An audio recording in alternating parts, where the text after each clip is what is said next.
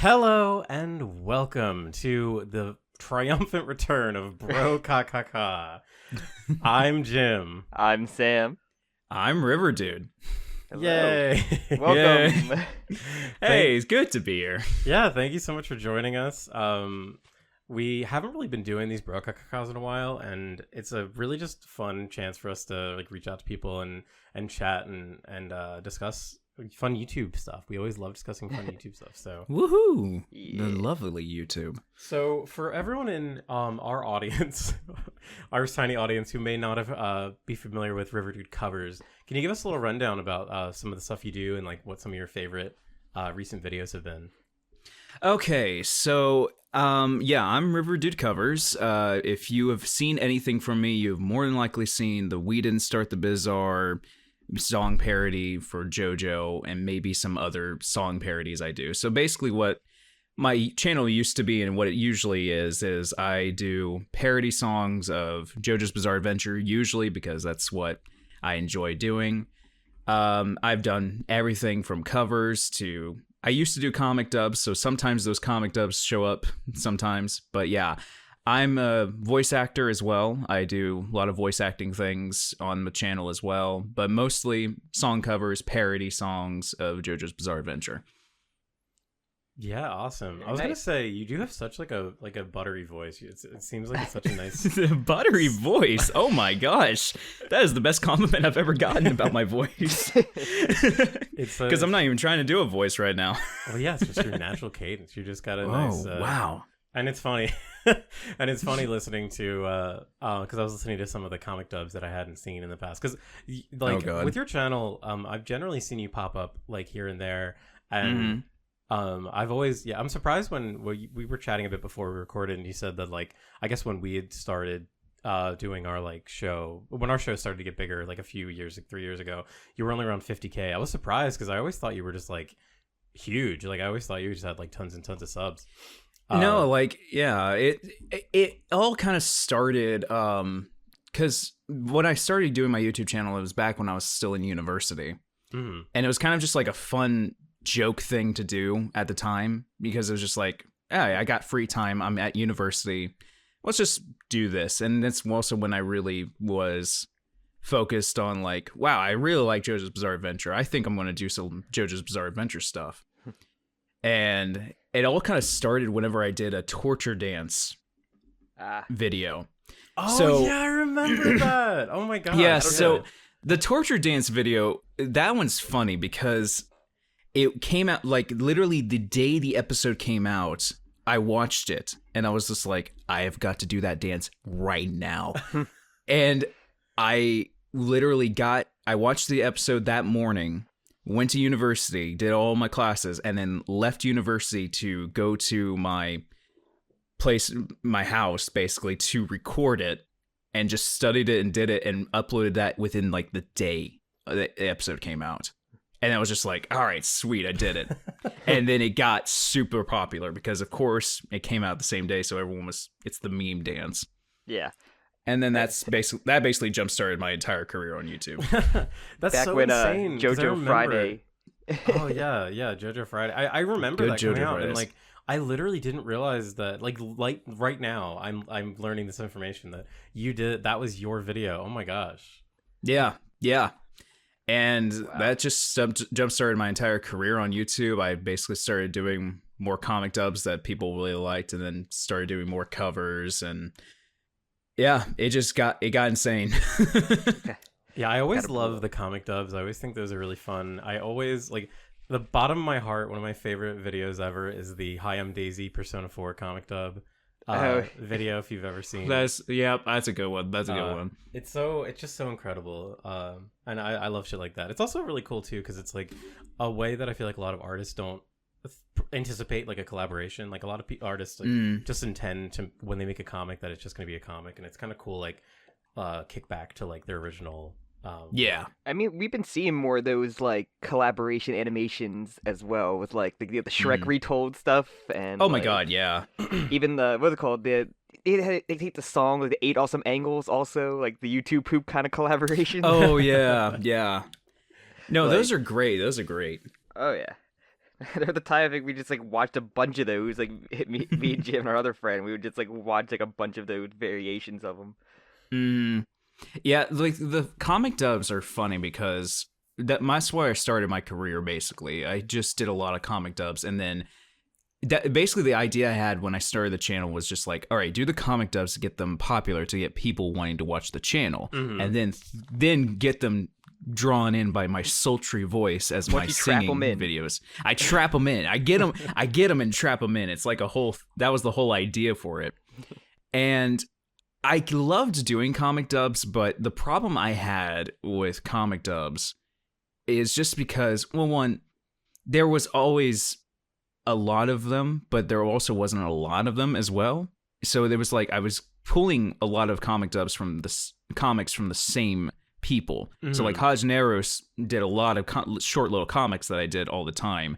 And then Herzspalter as well. She made a lot of them and I did as well. And as much as I liked doing them, they were small. They were not big or anything like that. And it felt like I was just going over the same thing over and over again. And sometimes the thing I liked to do with the comic dubs, especially back in my early days, was sometimes there would be just a short little joke that you can get from just reading it real quick. And I was like, I can't stretch that out for I can't like make a 5-second video with just saying it. It's like, that's boring. So I usually expanded it out. Like I added dialogue, I added jokes, I added more comedy to it. And it eventually just got to the point where it was just like, okay, I'm too tired of doing this. And I was just like, okay, I can't do this anymore. But I still do comic dubs sometimes, but it's usually just a post on Twitter. Yeah. Which in a way, it feels like that's almost a more natural, like platform for it, where, I don't know, there's something about, like, especially you already kind of have that natural, like, that's how you discover a lot of comics on Twitter, like those little 4-panel comics. So in a way, it kind of makes sense. And I really, there is something about the immediacy of Twitter video that I have never taken advantage of, but is definitely really posting good. an entire movie on this. Yeah. And I never really focused too much on Twitter until like recently, because now I still get that itch to do short little comic dubs or like meme dubs, especially. And it's just like, especially if I see something, I'm just like, I want to dub that real quick.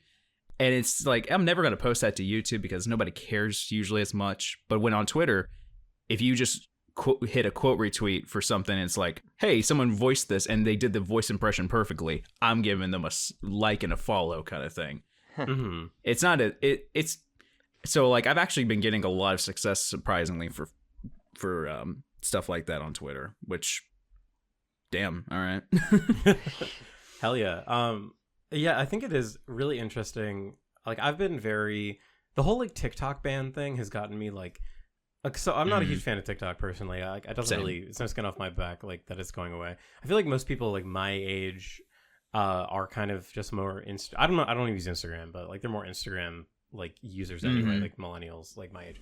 But yeah, my whole point in this is I've really like looked closer at like how all of these different online social platforms are like trying to change and like restructure themselves to like capture the TikTok, even before the whole ban thing. Yep. And I don't know, I actually love asking people this because I feel like it's different for everyone, because in the past year or so, my YouTube algorithm has been fucking wild. Like, yeah, mine's been weirdly changing up like crazy. Like, it's trying to show me more like less known channels, and I kind of like that. Yeah. Literally, there's so many videos I get that are just like 0 views, like 4 views. And it's like recommended for you. It's like, who the fuck is this? Why? Well, like, great that you're showing this, but like, I'm not gonna watch this. There's one I did like where like there's like the one video like from this guy's like a random Dynasty. Like, I like Dynasty Warriors, but I don't think I've ever watched a Dynasty Warriors video on on YouTube. But like a guy made a funny like campaign of making the worst like character in like the conquering like version of the game, and I'm just like, this guy is like a Dynasty Warrior YouTuber, probably had like around 1,000, 2,000 subscribers. Like, why did this pop up on here? I like this video, like the one video I really like off this channel, but I'm not gonna subscribe. But still, I'll watch like this line of videos. I'll go back and find it. Yeah. there's kind of a weird thing. Like there's definitely growing pains because I noticed like closer to like, as I said, like the past year I've noticed it, like closer to like I guess a year ago I was seeing like horrible videos on my feed, like, and by that I mean like I'm not trying to shit on like tiny creators. Yeah, I was like, Jim, what kind of messed up videos are you trying to find on YouTube right now? What I mean is that I was getting recommended like part 12 in a Let's Play series. Same. Oh my god, same. And, like, so first off, like as you said, it's great that YouTube is like giving like smaller creators like more space on like the recommended, but when you're showing me things that I'm not going to click, that's going to tank their fucking click-through rate. Like, it's actually going to be more detrimental for their channel than not. So it's I think it like, and as of the past month or so, I've noticed that. Oh, I have to say there have been some like diamonds in the rough. Like I can't remember her name, but there's a Colombian YouTuber that I got recommended who does like Game of Thrones theory video. I'm a humongous Game of Thrones fan, and she only had like 2,000 subs, and I was like, oh, this is the good shit. Like this is exactly like I could see this channel blowing up. But 99% of what I'm seeing until very, very recently has been like, I would never click on this video no matter the circumstances. Yeah, YouTube, like, I will admit that this past few years, like 2 years, I'd say, YouTube has been really good at recommending like these really small channels, but like high quality. Like there's some channel, and like I've realized now there's a lot of channels that like 2 years ago I subscribed to that were like 1K subs, but I really liked their content, and now they're starting to get like to 100K and everything like that. And there's this one YouTuber, Paper Will, like his videos are incredible, but he was a super small channel when he got recommended to me. And I watched it and I was like, this is amazing content. I want to see him blow up. And now they're starting to get more popular. And it's like, I'm really feeling like I'm ahead of the curve with some of these YouTube channels. Like, I feel like, damn, I was ahead of the curve. They're popular now, but I subscribed to them before they were popular. I think I like that too. I had a channel. I think at the time he only had a couple thousand. It's called like the Manga Log or the Log. He did a video on Ranger Reject, but he also does comic books and like tokusatsu stuff. Like, oh, all stuff I'm interested in. He did a giant lore of Linkara video. Like, I've seen that. I've seen that video. Yeah. I know exactly what you're talking about. Yeah. I highly recommend that channel. I love his videos, but like, yeah, if he's up to like 15,000 subscribers now from like when he started. He only had like a couple thousand when I started watching him. Yeah. So, like, it's crazy. I was like, oh, this recommendation does have a couple of gems in there, though. So, you know, while you don't, like, clog your search feed with some, I guess, basic stuff, I guess. Because I watch a couple of, like, highlights from, like, Lethal Company gameplays. And then I started getting a bunch of those in my, like, home page recommendations. I'm just like, okay, this is too many. Yeah. But... Yeah, same with and like Twitter has the whole hilarious Elon thing, the Elon problem. Oh God, on, yeah. So no, Jesus, it's just been kind of insane. It was the monetization that they had on Twitter, where like people do fake like outrage or engagement farming. I guess it was called. Yeah, actually, okay. I'm sorry that this is just becoming Jim Complains the podcast, but lately, like I have really liked Twitter for years, and I attribute that to me following content that I actually like. Like I follow mostly artists.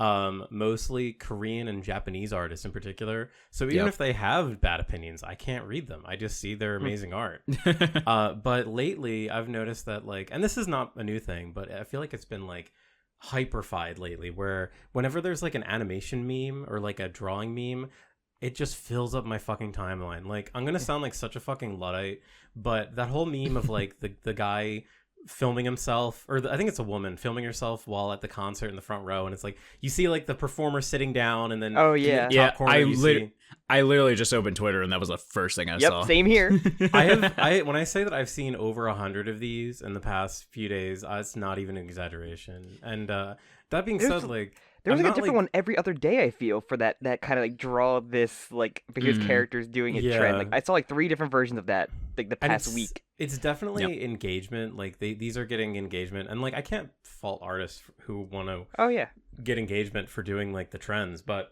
yeah, for me it's like I don't know, like when I follow certain artists, I just want to like experience their art and keep tabs on them, and the memification of all of it is frustrating. especially the other side of it, the more evil side. That's just like annoying. The more evil side is all of these fucking like engagement baiters, like what you said, Sam. Yeah. You've got these people that just make the most fucking basic, stupid opinion. Like, I saw one that was like so. I mean, they're all so fucking obvious, but there was one where it's just like the most blatant. It was a trans masculine person just making like blatant transphobia against like trans feminine people, and like so many of the comments were just like, why are you doing that? Like, are you just how much money are you getting from Twitter for just making this bullshit like content? It's so fucking dumb. And it's really like with I cannot, if you are verified, I'm almost now thinking, you're a right-wing extremist that paid for Twitter Blue. Like that's exactly where my viewpoint is now if I see a check mark, because literally if you go to the comments of almost anything that is, you know, vaguely political, the entire all you scroll past is just some of the most racist, homophobic, transphobic shit I've ever seen in my life, and I'm just like, this is terrible. Oh yeah. It's so annoying. Like, Twitter has never been perfect, but it was so much better before the Elon. Before Elon. And I hate to obviously be, I mean, like, he's such an easy punching bag, and he's so shitty, and I hate him. But like, yeah. So all right, yeah, I'm gonna stop complaining about social media. That's why I just look at like retweet and like fan art for most of you on here, so I don't like look at like comments or anything on here. The last place I want to look, I'd rather look at Reddit for comments and Twitter. Oh god. When you'd rather look at Reddit, that's a sad world. Yeah, that's how you know it's bad. Yeah. It's funny because like it's kind of the same principle that like one of the reasons why I would always have issues with Reddit comments is it's always people trying to be as funny as possible. It's not someone trying to make like the best comment, they're trying to make the funniest comment because that'll get them to the top. Twitter it's like the opposite right now. It's like who can make the most insensitive or what's the word, like just completely egregious tweet. Yeah, it's like a race to the bottom kind of thing. So. It fully feels like that. Yeah. Oh my god. But yeah, okay. No more. I'm done. I'm sick of Twitter. I don't want to talk about. Sick of Twitter. Let's go back to YouTube. Thing. Yeah. But so yeah, going back to, we kind of like cut off in between. So you said like you initially started doing a lot of these comic dubs. So I'm curious, like, what's your background with music, or because I mean, obviously that's a lot of what your content is a lot of covers and like. Songs, and of course recently what I want to talk about are like the amazing Phantom Blood musical covers you've been doing. Those are so great. So my background in music is I've been singing my entire life. Basically, my mom was an amazing singer, and she always kind of taught me to sing more, and I didn't have much of a fear of performing when I was younger, because I mean, my dad's a pastor and my mom's the music leader at the church. So whenever you had that, I was not afraid to be on a stage in front of people. So mom would always want me to like perform a little song or something like that when I was, I think the first time I ever performed on a stage, true, it's a church stage, so in front of a church audience, but I think the first time I ever did that was when I was like 10 or so.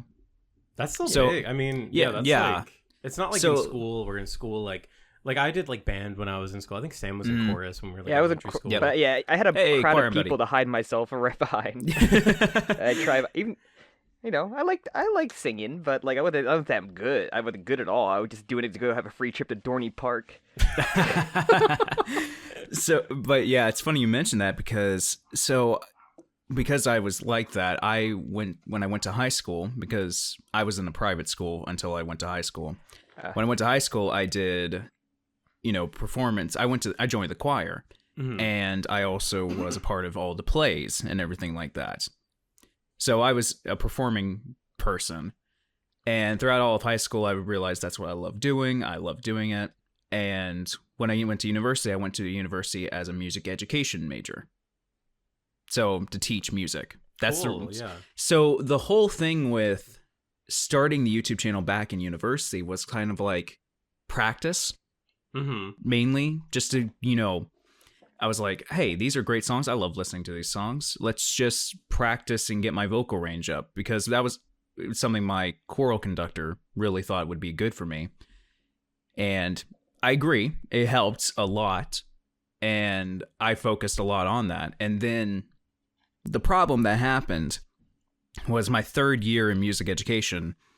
I realized, man, music teachers get fucked in this entire country. And I was like, I don't know if I want to be dealing with that.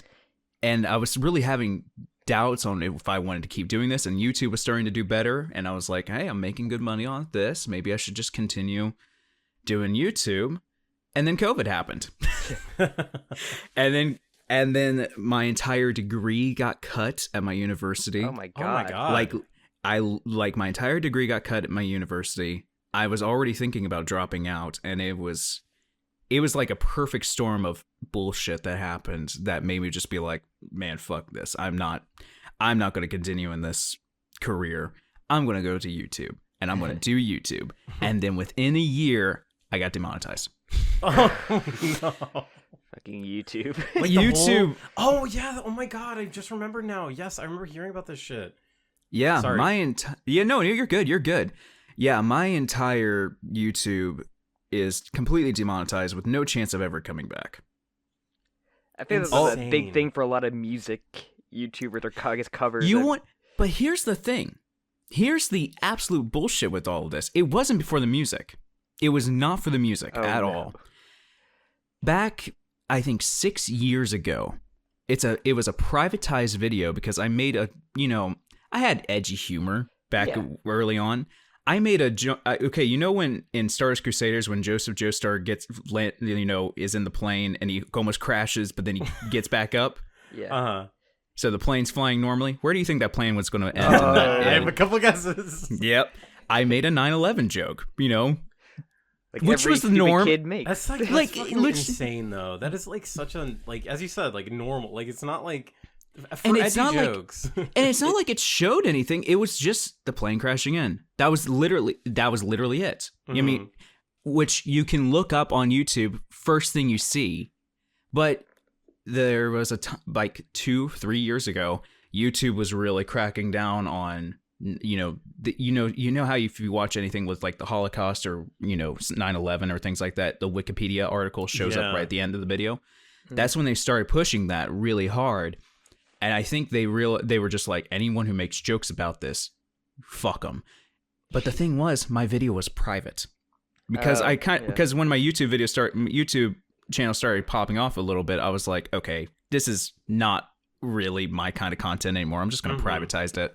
I should have just deleted it, because even though it was privated, it's still uploaded to YouTube and they can still see it. Yeah. And they saw it and they were just like, this violates community guidelines.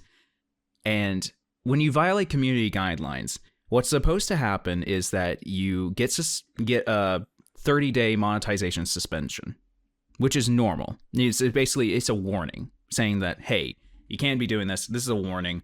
Just don't do it again. And then you're supposed to get it back right afterwards. My thing never did. And all I ever had was a warning. I never had a strike. All I had was a warning saying, hey, you can't be doing this, but I lost monetization. And every time I tried to get it back, they would say, no, your channel is basically listed as you cannot be eligible for remonetization. I feel like the thing I've been hearing is more so about like the rug being pulled under so many people. Like they don't get a warning, they just get instant like banned, or like the channel gets deleted, and it's just the hardest thing to like even people don't even try with how little effort like YouTube would put into like. I tried, and I figured like if I made a little bit of a fuss about it, it might do something. But no, this is something like so deep internal that it's not going to ever be fixed. So literally, I'm making videos for just myself now. That's not for money. I had to get basically after that year, I had to get a job. I had to get everything figured out, and it sucked because didn't finish my education, so I didn't have a degree. So that kind of fucked over everything as well. Like literally, YouTube, the thing I put my bets on that would at least, because the thing that sucks the most whenever you lose demonetization is not really making new money. It's making old money. Because the thing is, once you upload a YouTube video, it's going to be monetized throughout for the entirety of your career. So if a video starts becoming more popular again, hey, that one's still going to make some money. So it was like a constant stream of, a small amount of money. Like, I didn't make much on YouTube. Like, I know people who had subs counts and views smaller than me that made way more money than I did. So, but it was still like, it's a small passive income that you could have. Yeah. And then it was just gone out of nowhere. Mm. So it sucked, but I was like, well, I gotta just make the best of it. And there's a reason why people lean towards Patreon more so than YouTube. Yeah. And like, and even with that though, there's still so many issues with like. Oh yeah. I've actually been thinking about this a lot lately too. There's I don't know anything about the whole Too Mad situation, but I know a bunch of creators that had used a specific clip of an interview that another creator had done with Too Mad. YouTube put that in like their system, and immediately like all of those videos just immediately get taken down. You can't even like upload that content anymore. Like it automatically gets like auto flagged, and it's just insane like how draconian some of these implementations are. And it's not even like, I mean, I can't even blame YouTube that much because they're like a private company. No, but it's like the way that it just crushes people's careers. And they're even with Patreon as like an offset. The whole thing with the, like, as you're saying, like a lot of big YouTubers or long running YouTubers rely on that foundation of a catalog of videos that they can get. Yeah. So it's crazy. Yeah, that was the thing that I liked about YouTube, because it was like, sure, I wasn't making much money. I was already considering getting a new job, just, so that way I could have side income, but also I can have, a steady income. But then it just kind of screwed over my entire thing and plans. It's so, and some people recommend it's like, oh, get a new channel and everything, but they don't realize.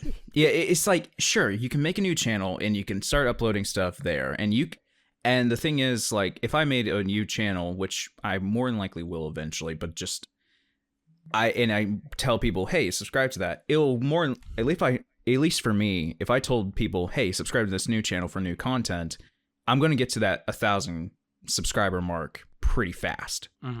Because at least I know at least 1,000 people would watch that video and be like, okay, I'll subscribe, when you have that just big of a following. But even when you get past that, it's like whenever you have a channel that is already done so well, you have the algorithm already loving you. Once you got that algorithm loving you, you don't want to lose it. It's one of those hardest things. And it's just, it sucks. Yeah, it just sucks. Yeah.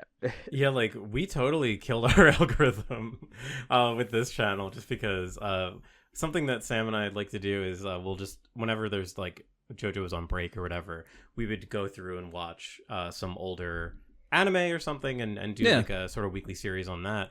And that is not like the standard Jokakaks out there. They don't really care about that, which is fine. But because they're not engaging with that, it like totally kills. But it's just like, I don't know. At this point, like I like to and I know I don't want to sound like insensitive or anything, but in a way, like doing it for like no money kind of makes you like more powerful than like somebody that does it like intentionally trying to like game the system, because you're just like, I'm doing it for like the love and the passion of this. It's like those series are the most fun that I think I have done doing this show. Like watching Attack on Titan without like only seeing the first season and making stupid predictions based off like little spoilers I know. It's a lot of fun. Like I love doing that. Like watching Ava for the first time was a lot of fun. Watching the Attack on Titan live action movie is one of my favorite things I did with. Oh my gosh! Oh my gosh! It was so funny. So I was like, one of my favorite things to rant about, just really bad movie, like live action anime adaptations. But conversely, like when you make content like that and you have viewers, those are like your lifers. Like those are like your ride or die fans that will, as you said, like would follow you. Making a new channel, like you've got like the hardcore group that would follow immediately.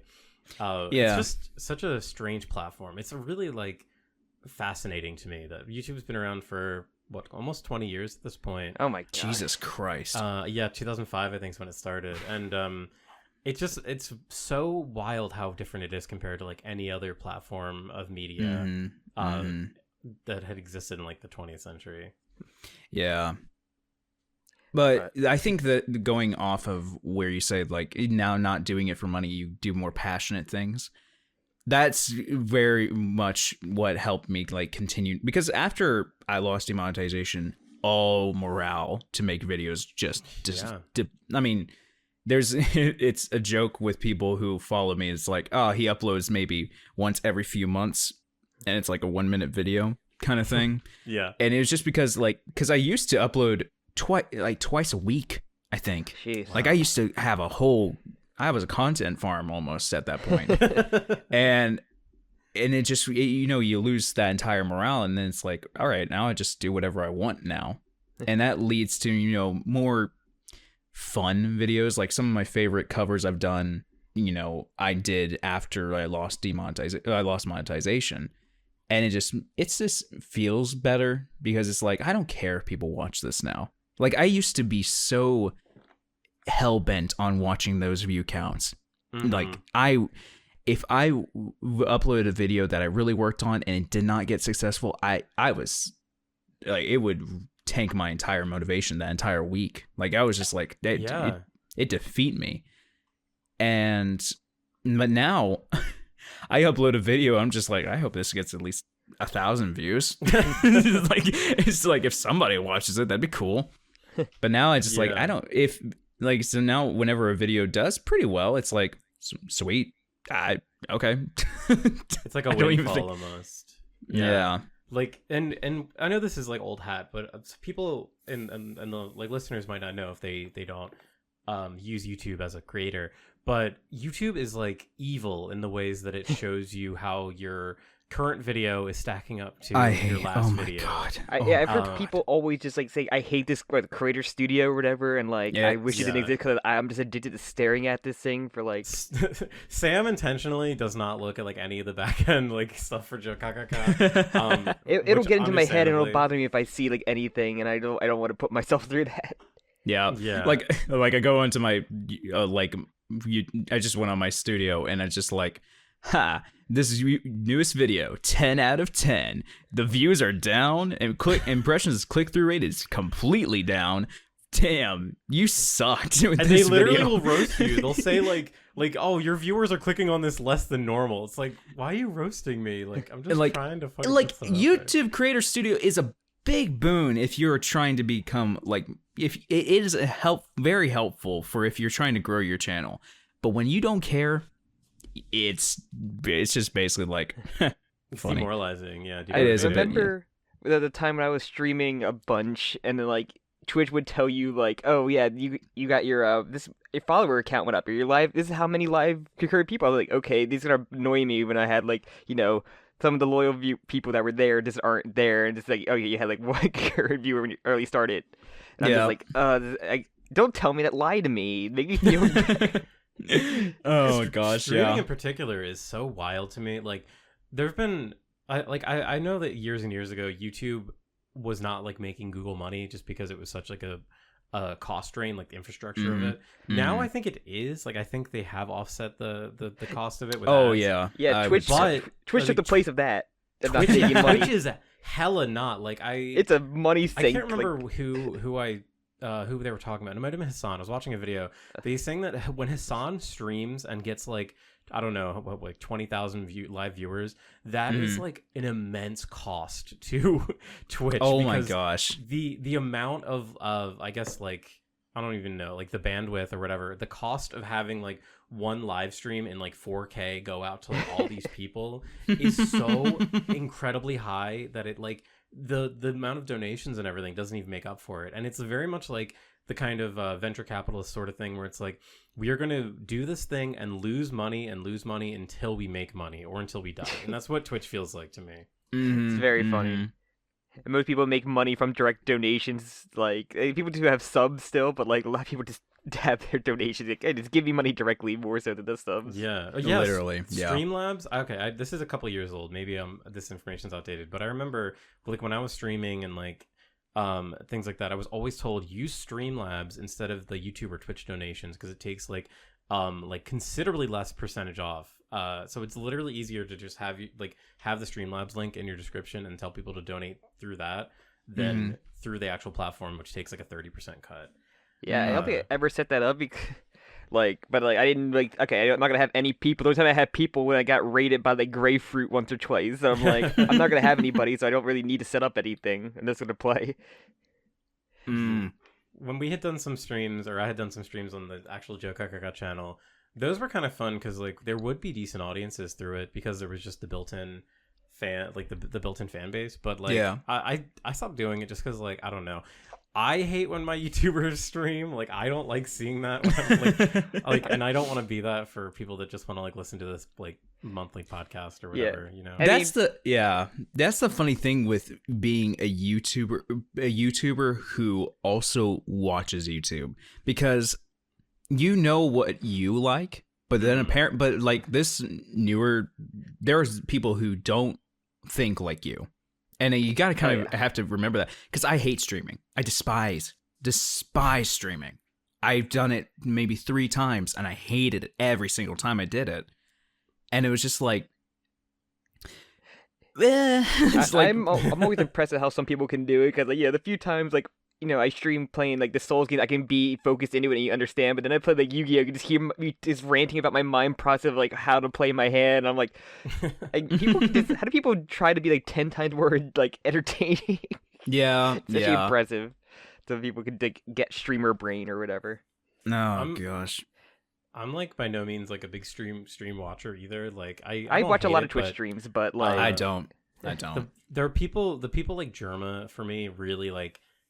They save that entire platform, that entire like medium for me, because like somebody like Germa, I'm so impressed by his ability to be like always funny, always like good. Oh yeah. He's solo streamers especially are like crazy. Yeah, they're just being able to like, engage the game and your chat at the same time, and like to also keep up with the chat. That's what that blows my mind. Like I legitimately think that's like a crazy skill to be able to do when you're a big streamer. Vinny, like who like barely ever looks at his chat or like calls them by their whatever username they have, because he's like, I don't really like that. And then like it would encourage people to be like, if I single them out, to be like as terrible as possible. So if I just say chatter or whatever, they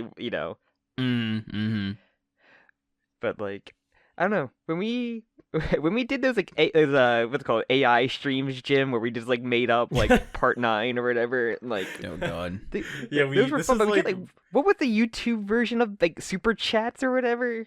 Oh yeah. Yeah. I was like, what the fuck is this? Because I never stream on YouTube, or I put it on if Jim's like doing like a draw stream or whatever. I don't know what a super chat is. Yeah, it's funny. It's really like cancerous, because it's like I can force the streamer to like see my message. Like that's essentially what it is. Like it just puts the message like right at the top of their screen, so they have to see it. I think Twitch added that too, like somewhat recently, of like having an equivalent of that. It's all just about attention, man. It's all just like it's just engagement and attention, and everything comes to engagement and farming. Gotta farm views, baby. But you mentioned Phantom Blood musical. Yes. Yes. All right. So, have you guys seen it? Not in its entirety. I've only, the way that I've experienced it has been through mostly Twitter clips and also your covers that I'd seen. Okay. Like, all right. So the Phantom Blood musical is without a doubt the best adaptation of Phantom Blood, for one. It is, it's amazingly done. Like with all of the music, with all of the way they adapted the story is actually really smart. So the reason why, like, all right, I'm the JoJo music guy. I'm like, I do the JoJo music stuff. So I was just like, oh, a musical with JoJo? Hell yeah. I'm watching that shit. And I had to go through an entire process. If you didn't see, it's a process to be able to watch a Japanese streaming service not living in Japan. It's a process. You sound like every JoJo event that ever happened is like trying to watch a Japanese-based event in the U.S. Mm-hmm. And I've luckily dealt with streaming Japanese stuff before and gone through Japanese websites, and luckily my girlfriend can translate Japanese as well. That's good. So I was able to get through it pretty okay. And I mean, Google Translate's your best friend with all that stuff. But yeah, you get through it and you pay your, I think it would cost like $35 US for tickets. Mm-hmm. And, I got the stream And it was like, all right, for the next week, you have this stream. You can watch it as much as you want. I recorded that shit immediately. And they said, no, don't record. This is important. And it's like, no, I'm recording this because this will go away forever. For science. Yes. And like they're up. Like there's a whole thing with it just being because they're going to upload, they're making DVDs for it, and then they're going to print the DVDs, and it's like, hey, you can watch the DVDs, but only if you live in Japan, of course. So it's like there's an entire US market and the worldwide market that just won't be able to see these. And I got it recorded, and I have a feeling they're going to upload some stuff because as soon as as a test, I tried to upload a few clips from it onto a burner YouTube account just to see if it worked. It immediately got flagged and taken down. Okay. So I know they have that entire musical like uploaded to the YouTube ID thing from Toho, and it's like, all right, you can't be uploading clips, but music, they are still not. That I uploaded the entire Phantom Blood musical song. No strikes, no nothing, no content farm, nothing was ID'd. So the music is still free game. The classic YouTube of like lyric video where you just have like the colored background with like, the lyrics coming up. That's literally what I did for the first for the Dio's World upload. But like the idea for doing the YouTube English covers is, well, like back whenever it was announced that there was a Phantom Blood musical, I was like, all right, I'm translating this. I'm going to do all the covers. I'm just going to do that. Because I didn't think it was going to be too much. There are 34 songs in that entire musical. That is a lot. So it's a challenge to get through it. I mean, I think I'm 4 songs in already, so I got 30 more to do. And, you know, it sucks that people won't be able to see it because this is something really cool that I think a lot of people need to see, especially if you're a JoJo fan. Like this is a musical based on JoJo. And like you can tell the people who made this have a lot of love for JoJo because they adapt very important parts into songs. Like one of the coolest ones is whenever Jonathan ends the entire song by saying Sunlight Yellow Overdrive and just hits Jack the Ripper during his fight. Like it's a cool moment, and the acting is great. Every actor is great. Mamoru Miyano. Do you guys know who Mamoru Miyano is? Probably not. Off the top of my head. Okay. Yes, you do, probably. If they appear in Tokusatsu, maybe. But like He might be. I don't think he is though. Probably He's a voice actor. He's a voice actor. I'm looking at his credits right now. Holy shit. Light Yagami, for one. Japanese Light Yagami, and like he's dubbed so much at this point. Like he's one of the biggest Japanese seiyus there is. But he's also an amazing singer. That's so cool. I would have never thought that. And who did he play? He played Dio. Oh, cool. Okay. And he looks amazing as Dio. Oh, he nailed Dio. Like, absolutely nailed Dio in this. Dios don't miss, man. He did. I mean, literally, I didn't think anyone could come close to Takahito Koyasu when it came to voicing Dio, but he's close. Mamoru Miyano's pretty damn close. That's amazing. But the songs are great. He sings great. And they change up a lot of everyone came in with a different interpretation of the characters, and Dio is the main one. So with Phantom Blood the musical, Dio is less evil. He's still evil, but he's less like outwardly, sadistic and everything. Because in this adaptation, they really hone in on the fact that he's very traumatized of the fact that he had a mother that he loved, but he had a very abusive father who basically made him the way he was. Mm-hmm.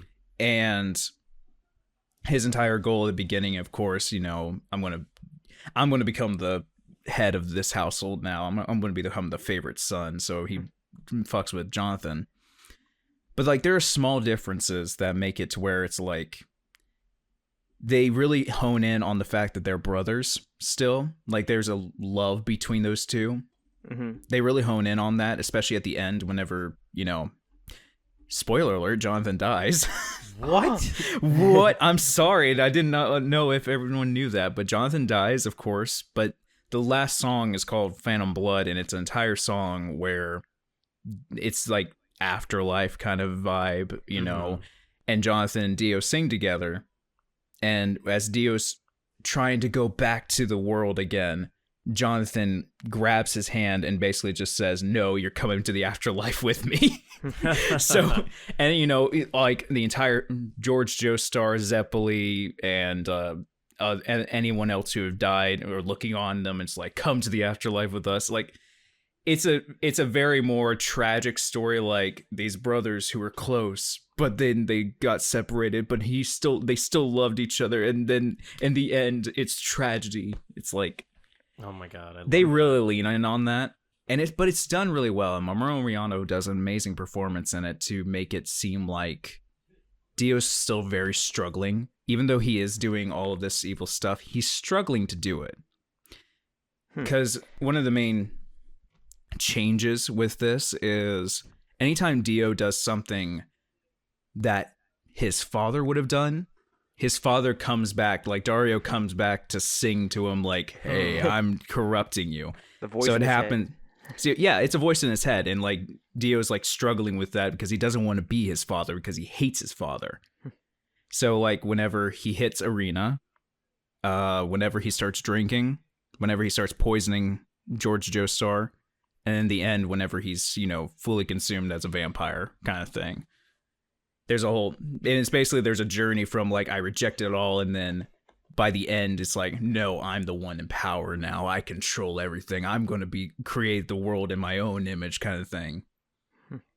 It's good. It's good. I'm like looking at like amazing. All his voice credits and everything, and just like, oh yeah, he did voice like a bunch of Ultraman stuff, or like he voiced Riku in Kingdom Hearts. Yeah, I'm like, damn, man, this guy. He's just like one of those guys. He's everything. Ryuji in Persona 5, like. Yep. Yeah, like he's a talented iconic dude. Yeah, he's an icon. He's like one of those iconic voice actors who, he voiced Mario in the Mario movie. Like, I saw that. That's really funny. He's one of those very, very popular voice actors, and the fact that he got into he dipped his toe in so anime, video games, audio dramas, live action, like theater. It's crazy. It's like, and like impressive. now he's really into music. Like, he has his whole music career now, and he's a very talented singer. So it's like, I'm really glad he's doing that. You're making me so like, I'm craving to watch this now. This sounds amazing. I love the benefit that it has to, like, I'm just tripping over my own thoughts right now.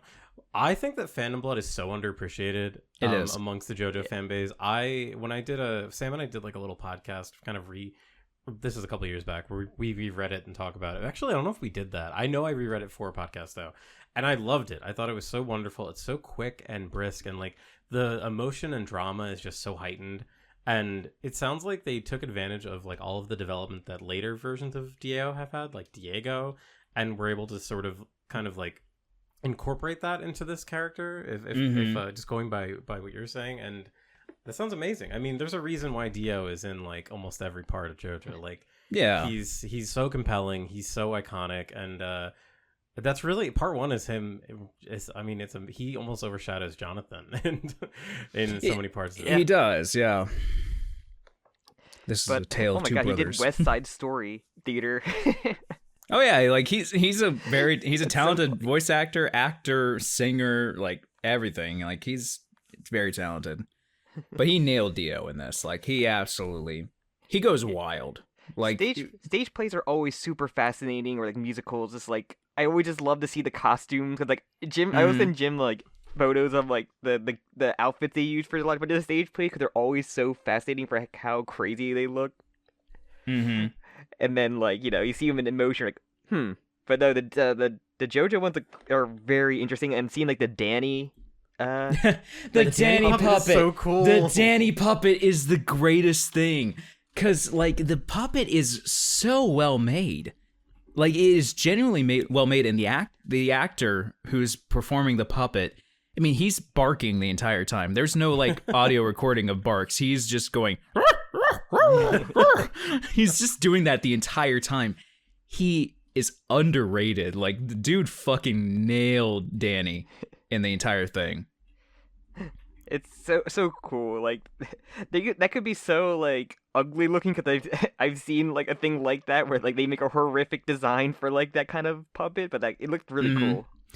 And like they do really well with just because the whole setup of the play is that this is old Speedwagon telling the story. So like it starts off with cool. old Speedwagon coming in and just like this is the story of two brothers, and then they do the whole mask thing and they just continue on through it. But Speedwagon is great in this as well because he's the person portraying him is the rapper Young Days, and so Speedwagon raps. The awesome. His entire singing is rapping, and he's fucking amazing. Like so good. It is genuinely really, really well done with how they set up the pacing of it because it doesn't really drag. The musical doesn't drag at all, in my opinion, and it lasts 3 hours long, but it goes through the entirety of Phantom Blood. It hits all the points that you would expect. And all the major moments get songs and everything like that, and the songs are great. I have a question because I didn't see this clip at all. But like, does somebody burst out of a horse? Yes, Jack the Ripper bursts out of the horse. I didn't see that clip, so I wasn't sure if it happened or not. Oh, that's amazing. I don't know how this would work with a podcast though. I can stream you guys, like I can show you guys some of the clips right now if you want. I don't know if that can work with this. I don't know. Maybe save it for afterward because it's be us in silence just reacting to. Yeah. I don't know. Because I'd have to screen record. We're not react streamers yet.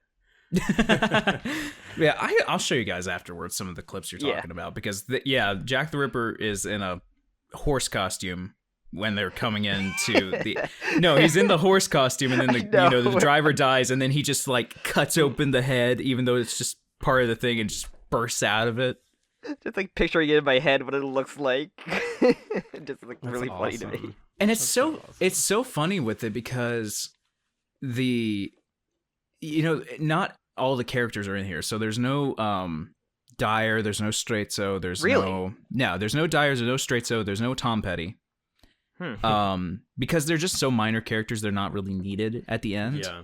So to make up for that, Jack the Ripper and Wang Chen are some of the best characters in this show. No, the guy who does Wang Chen is going so camp the entire time because he's an acrobat. Like he's a dancer, the actor, but so he is just contorting around. He's jumping around the set. He's just like moving all over, and he's going crazy. Like he's laughing. He's the entire time. He's going camp the entire time. There's a moment he jumps out into the audience and like sits next to some of the people while he's like running away from JoJo or something. Like, guy went insane. He you could tell he was having as much fun as everyone else was. Gets to show off. Oh yeah. It's just it's amazing. Something that my brain's just comparing this to is how they made the Part 4 live action movie. Yeah. And I know it has its offenders. There's definitely, I've seen recently a lot of people, or in recent years, more people saying how they appreciate that adaptation. It's better than most anime live adaptations.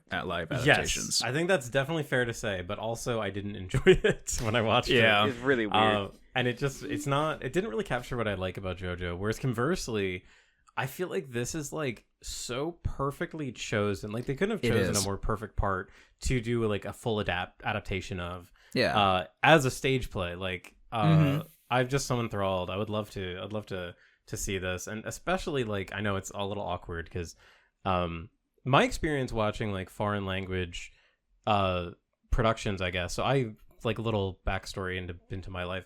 I speak German and I studied abroad in Austria. Sprichst du Deutsch? Okay. Natürlich, ja. Ja. Ich spreche ein bisschen Deutsch, aber ich verstehe Deutsche besser. Wunderbar. Ja, genau.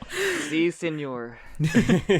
Meine Freundin ist Schweiz.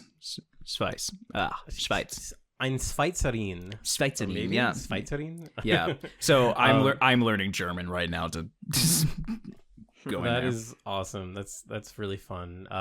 Swiss though is completely is like a whole different. Other animal. Jesus Christ knows. Yeah. Schweizerdeutsch is no. It's very funny. Little tangent to a tangent. One of my German professors, who is he's from Nuremberg. Okay. He said that he studied in Basel for a few.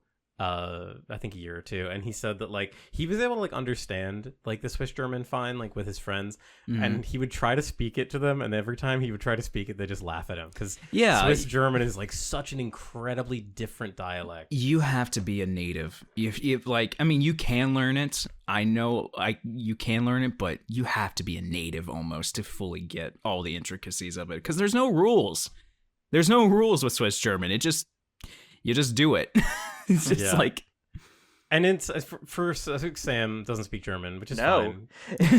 But to give you like a comparison, within English as a language, I don't think there is a dialect of English like Scots or whatever that is as completely different than Hochdeutsch, which is like standard High German, to Schweizerdeutsch, like Swiss German. It is so different. The word dialect has such a stronger connotation than accent. And just because dialects really, even in Austria, like where I was from in Austria, where I lived in Austria, was its own distinct dialect. So Austrian that was is something I picked up on. Yeah, Austrian is a lot different as well. But I've realized with learning like German, because of course I can understand most Hochdeutsch, but most people don't speak Hochdeutsch. They don't speak it for most things. So it's like, and they go real fast sometimes, and I'm just like, I'm trying. And it's really funny too, like since I went there in college, like you can speak like your dialect, like that's like your casual talk. But when you're in like a professional setting, like you're giving a presentation in class or at work, you speak Hochdeutsch. Yes. So like, even if you're from like of like the boonies, as like if you have a thick Southern accent, it'd be like the equivalent of someone with like a thick Southern accent in America going up to a business meeting and speaking in like transatlantic accent, just completely code switching. Yeah, like literally, but because everyone learns Hochdeutsch, so everyone knows it. But it's like, and it's funny speaking to my girlfriend because she, if she speaks English to me and she's very fluent in English, like extremely fluent. So better than most Americans. And so like we're speaking English, and then when I go to visit her in Zurich area in Switzerland, she will talk English the entire time, and then she'll switch to German for some people, but then she'll just switch to Swiss German. And I'm like, fuck, I can't understand that. I can understand your German, but why are you using some words that way? Why are you saying like it's just, it's so like completely different to me. But I love it. I love hearing Swiss German. It's such a nice language, dialect. Yeah. Okay. I cut myself off into like a tangent of a tangent. Sorry. But what I was saying, no, it's natural. So, my experience watching like foreign language productions has been predominantly in Germany. Sorry, rather in German while I was in Austria. Like I watched, I saw at the Opera House. I lived in a city called Graz, which is the second largest city in I know Austria. where Graz is. Yeah. A beautiful little town. But they have a really nice opera house, and I saw the Magic Flute, die Zauberflöte, played there, and that was like amazing to me. But what was cool was they actually had like a sort of subtitle, like kind of not a teleprompter, but like they had like a screen, a really small screen above the stage that would have the lyrics or like all the lines, but they were of course in German. So that helps. Yeah, it is helpful, but teleprompter is pretty much kind of But as someone like I was just watching the play itself because like the opera, rather than reading. So I've never actually been in a situation where I've tried reading an opera or a play in a foreign language. So I'm wondering like how that would be, and with like translated, like how much of an audience that would have, you know what I mean? Like if this did get like an official English release in America. I don't think it ever will, because stage plays just don't do that, for one. Yeah. Like, but there's a lot of fans, like whenever I think of the stage plays, I think of like the Haikyuu stage plays. Like Haikyuu has a very massive audience, and the stage plays are really funny. I actually saw a couple highlights. I think it was like what's it called? Blue. What's the soccer one? Blue Lock. Blue Lock. And like they had it in front of a screen that's just running in place. Is like how they're like, doing like that's them awesome. doing right down the field. It's very fun. The stage plays are so much fun, and the Haikyuu ones had a lot of comedy in it, so a lot of fans translated them and upload clips with subtitles so that way you can understand the Persona it. ones. The Persona ones, yeah, also get uploaded a lot. We enjoy it and see how they do like the shadow fights and stuff. Mm-hmm. It's actually so cool. I fucking love the art of like translating that into a stage environment. Speaking of that, for the Phantom Blood musical, one of the coolest things they did to adapt JoJo powers into this entire stage performance. So Hamon is of course the ripple energy that Zeppeli and Jonathan use. Mm. And how they adapt that, you may have seen some images of it. They have an entire cast of people dressed in leotards that move around to show the idea of Hamon. I love that so much. Like they all move around. They all have their entire they're dancers. So they're dancing around, and then they one of the cool ones they did was for whenever Jonathan does his zoom punch. Mm-hmm. Like whenever he stretches his arm out and punches, I think Jack the Ripper, they just all line up together from his hand to punch Jack the Ripper on the other side of the stage. So they adapted by just showing that it's like, hey, this is what Hamon is. Even though you can see these people, it's like, it's still a visual metaphor for it, and it looks really, really cool. That's something that I love so much about, and I wasn't always a big fan of like musicals. Like I was one of those musicals like when I was younger, and it wasn't until kind of like more recently in my life that I've gotten more into it and the artistry of it. And there's something wonderful about like the abstraction of a musical. So when you watch a movie, if you saw that in a movie and it was done that exact way you described it, it would be confusing and weird, and it would take you out of the experience. But in a musical, the suspension of disbelief is like so much greater, because you're already like acknowledging I'm sitting watching like these people, that kind of thing, that it just becomes like an appreciation. And the fact that they are, as you're saying, like dancers too, they're adding like an entirely new artistic element to it. That just sounds amazing, and I fucking love that shit. I'm looking at pictures of it, like a bunch of other like stage plays, and the costumes are like insanely accurate. Like it's so cool. The Beastars one's kind of weird because they went like full like almost like stage 7 furry or 8 furry for the main character. Like he is, like looks like the Beast. He's like looks like the Beast from like the 80s Beauty and the Beast shit. Yeah. But like that's the whole thing with it. It's like you can't do visual effects as much on a stage play because you have people, in costumes and everything. You don't want to set someone on fire. So they really go as much as they can, just like, hey, we know what this looks like in the anime and everything, but we just need a visual metaphor for it. So here's what it would look like if we did it. Yeah, I've seen a few clips from like Tokusatsu ones, and they had to do like the transformation. So like they have like all the spotlight when they do the transformation, and it kind of goes out, and the suit comes out like almost like instantly. Like it's a really cool way they try to do this. And I always hate saying the S word, but like shit, this reeks of soul. Like there's just so much soul here. Like it's like one of those things. Like they didn't have to get so creative of how they were going to like depict Hamon, but there was somebody in the creative team that was like, this would be a really fantastic way to articulate this idea, and also to have like, it's really impressive. Like that's something too. When you see like a lot of like stage plays or older Hollywood films that have like these massive scenes where there's like hundreds of actors on stage dancing at once, like there's something amazing about seeing like so many humans in coordination. So I think that's also a really cool aspect of this. It really much is. It really much is. I would love if like one of these huge and like product ones would come to the US for like a small tour or something. Oh, it's so cool. Yeah, I'm looking at like Danganronpa one of Phoenix Wright. like Fire Force is probably crazy one. It's like how can you do fire stuff? Like fire effects and all that stuff. That'd be really cool to see. Burn the fucking stage down. Yeah. And like, Jujutsu Kaisen, oh my god. With these, like this, especially since this is a musical, most stage plays aren't musicals; they're just comedies or plays. Mm-hmm. So with this one, it's getting a lot of people. Have you ever heard of the Death Note musical? I saw a picture of it. I was looking up a bunch of musicals. Okay, so Death Note has a musical for one. I'm not surprised. It's genuinely a really fucking good musical. Like, the music is fantastic, and it was it was meant to be made for an American audience originally, but it just did not go off well. I'm looking at a picture of it, and like, oh my god, it looks horrifying.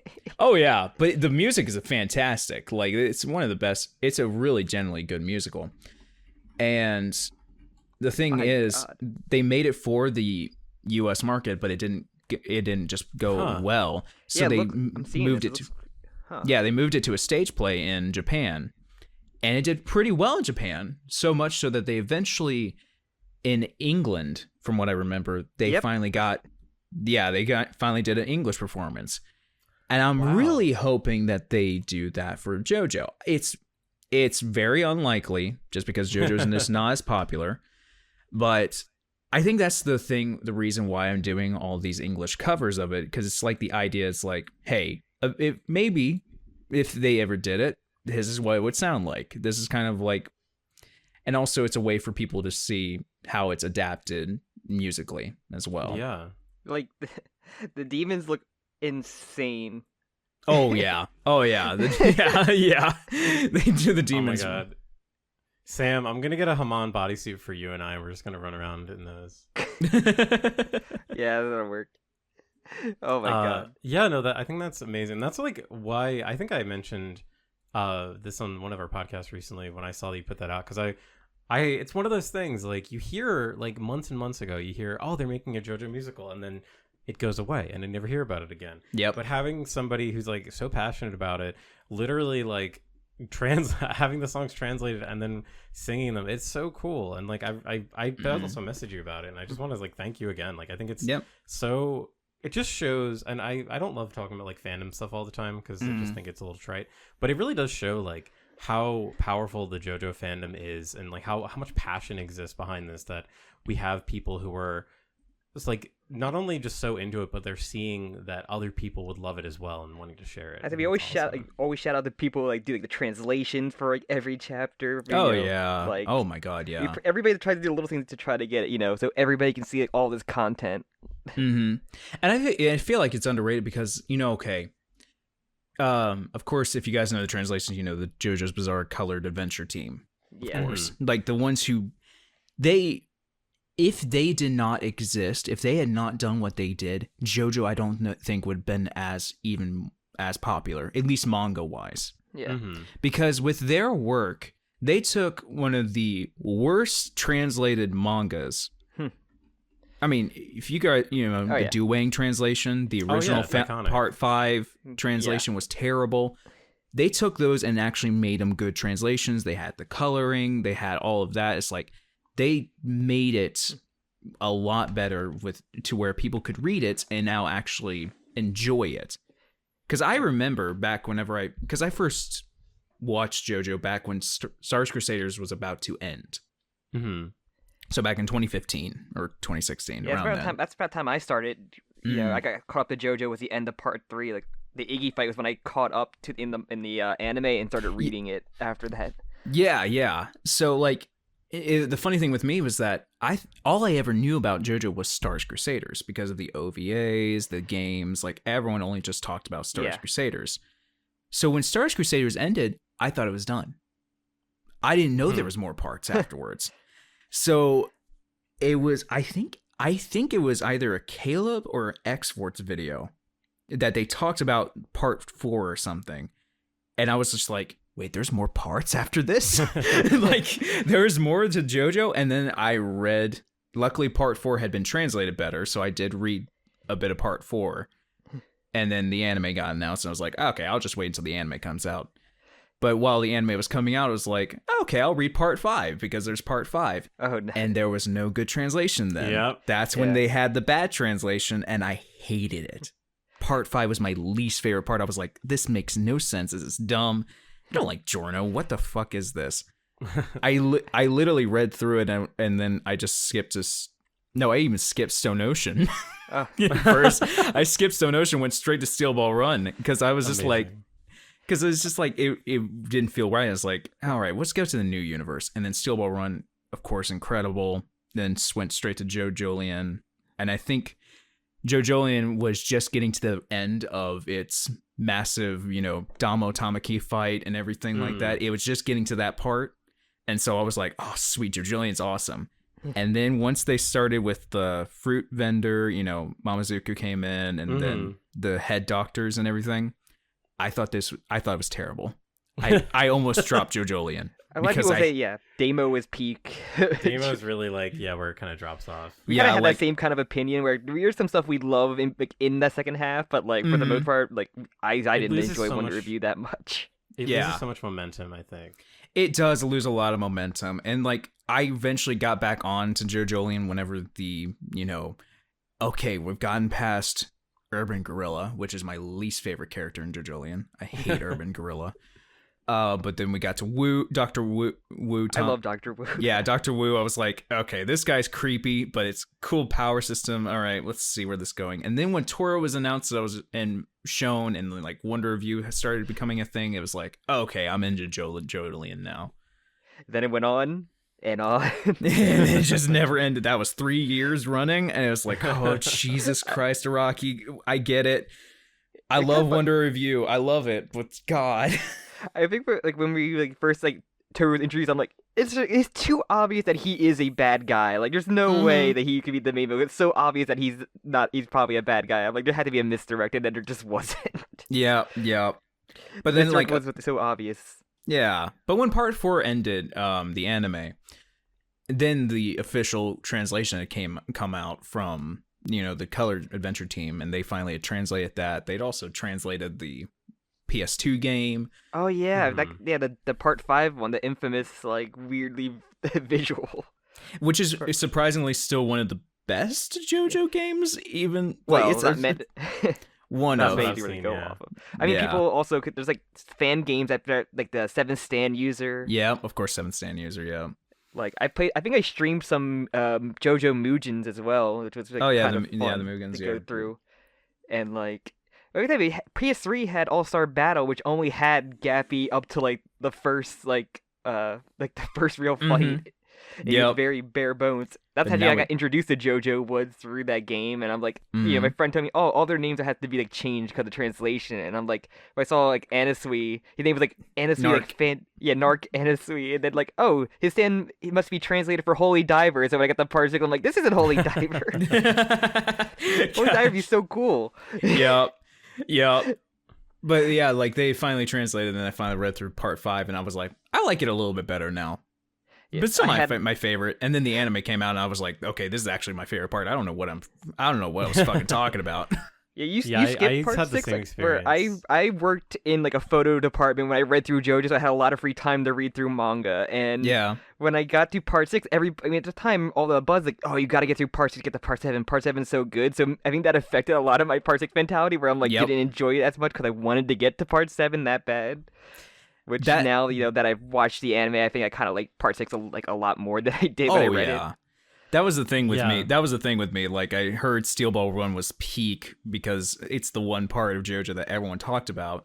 I was like, okay, I'll just come back to part 6 eventually. And when I did, I regretted that Actually, I'm kind of glad I did skip it, because then I wouldn't have that mentality of wanting to just get through it. Because when I read it it was the last JoJo part I read. And I was like, this is great. What was I talking? Why did I wait? This was great. And just anime and the manga, where each of them have fights that are done way better in certain media. Part 5 through part 5, I think the BIG fight was awesome. Oh my god, yeah. Anime. And it's way better than the manga version. And some of them are vice versa, which is really kind of cool to you can watch both medias and get a different feeling from different fights. I wouldn't say this about modern JoJo, and by modern I mean like probably the past like 8 years or so.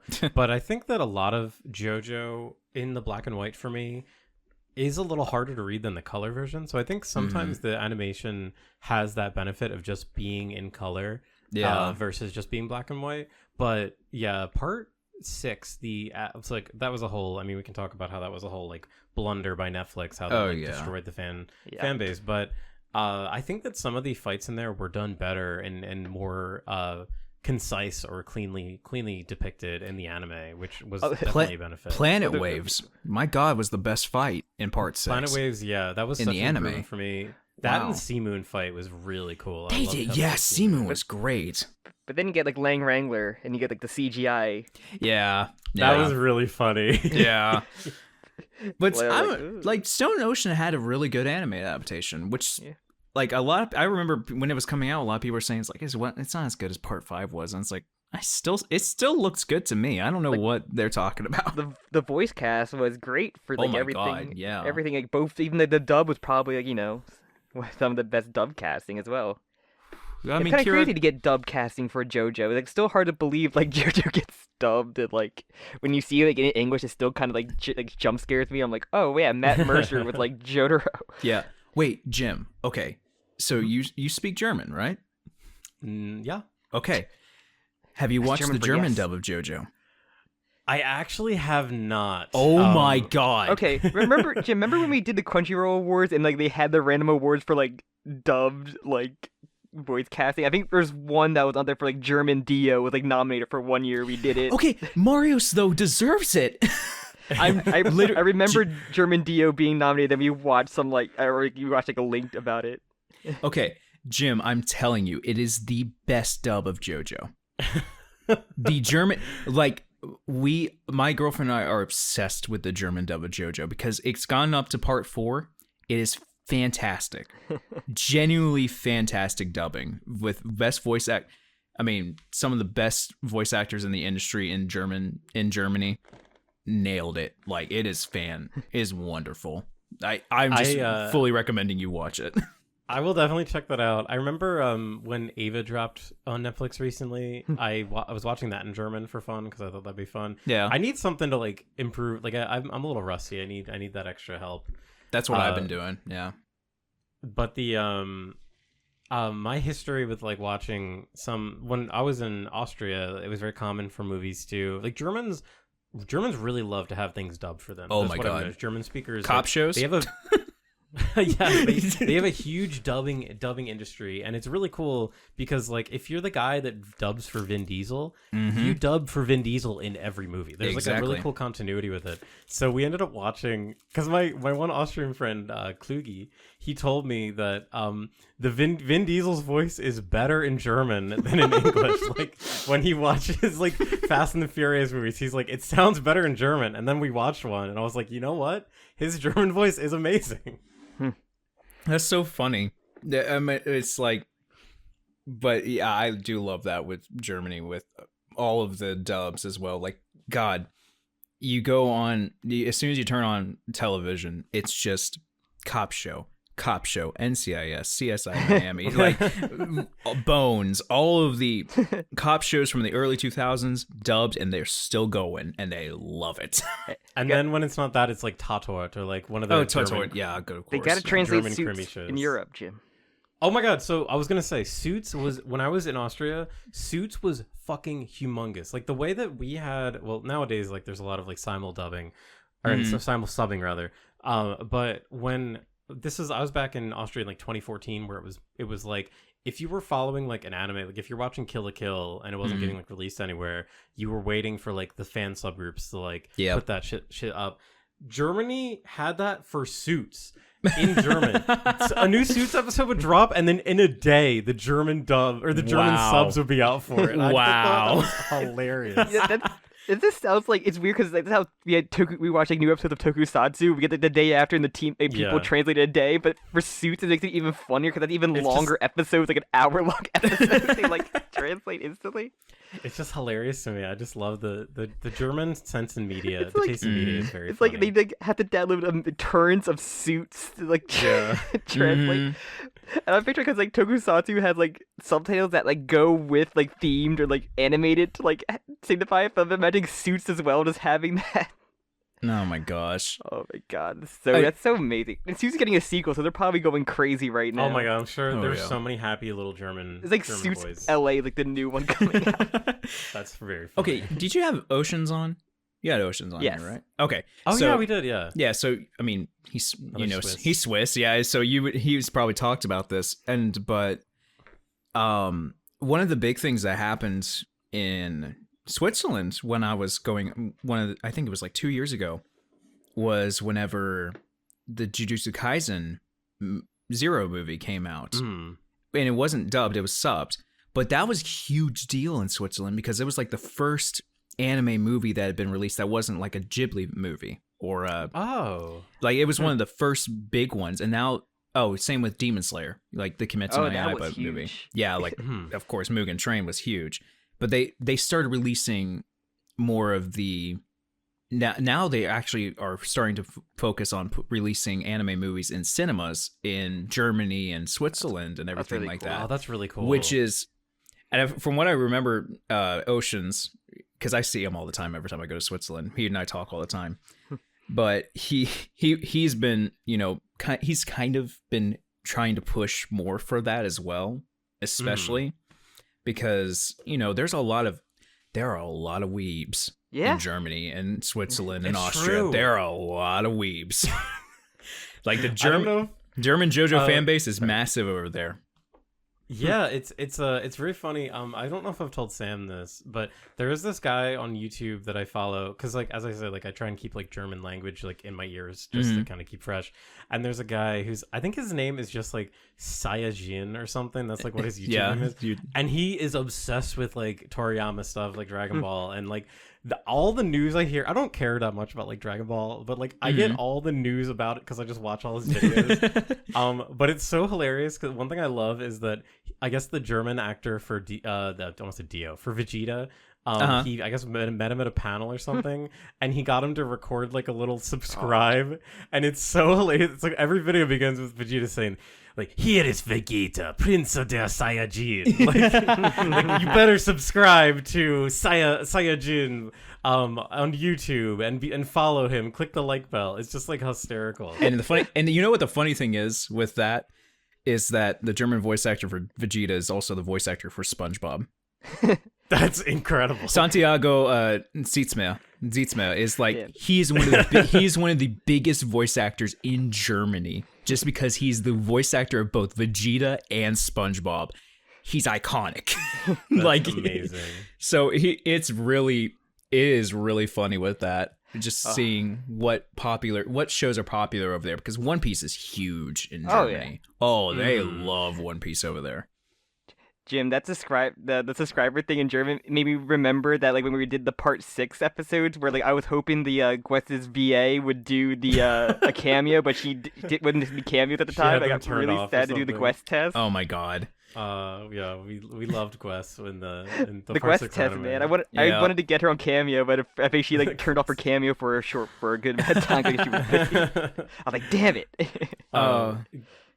Going back to the movies, though, like specifically Jujutsu Kaisen 0, Sam and I caught that in theaters. In a packed theater. Same. With the English dub, I believe it was English dub. No, we watched it. Oh, was the sub?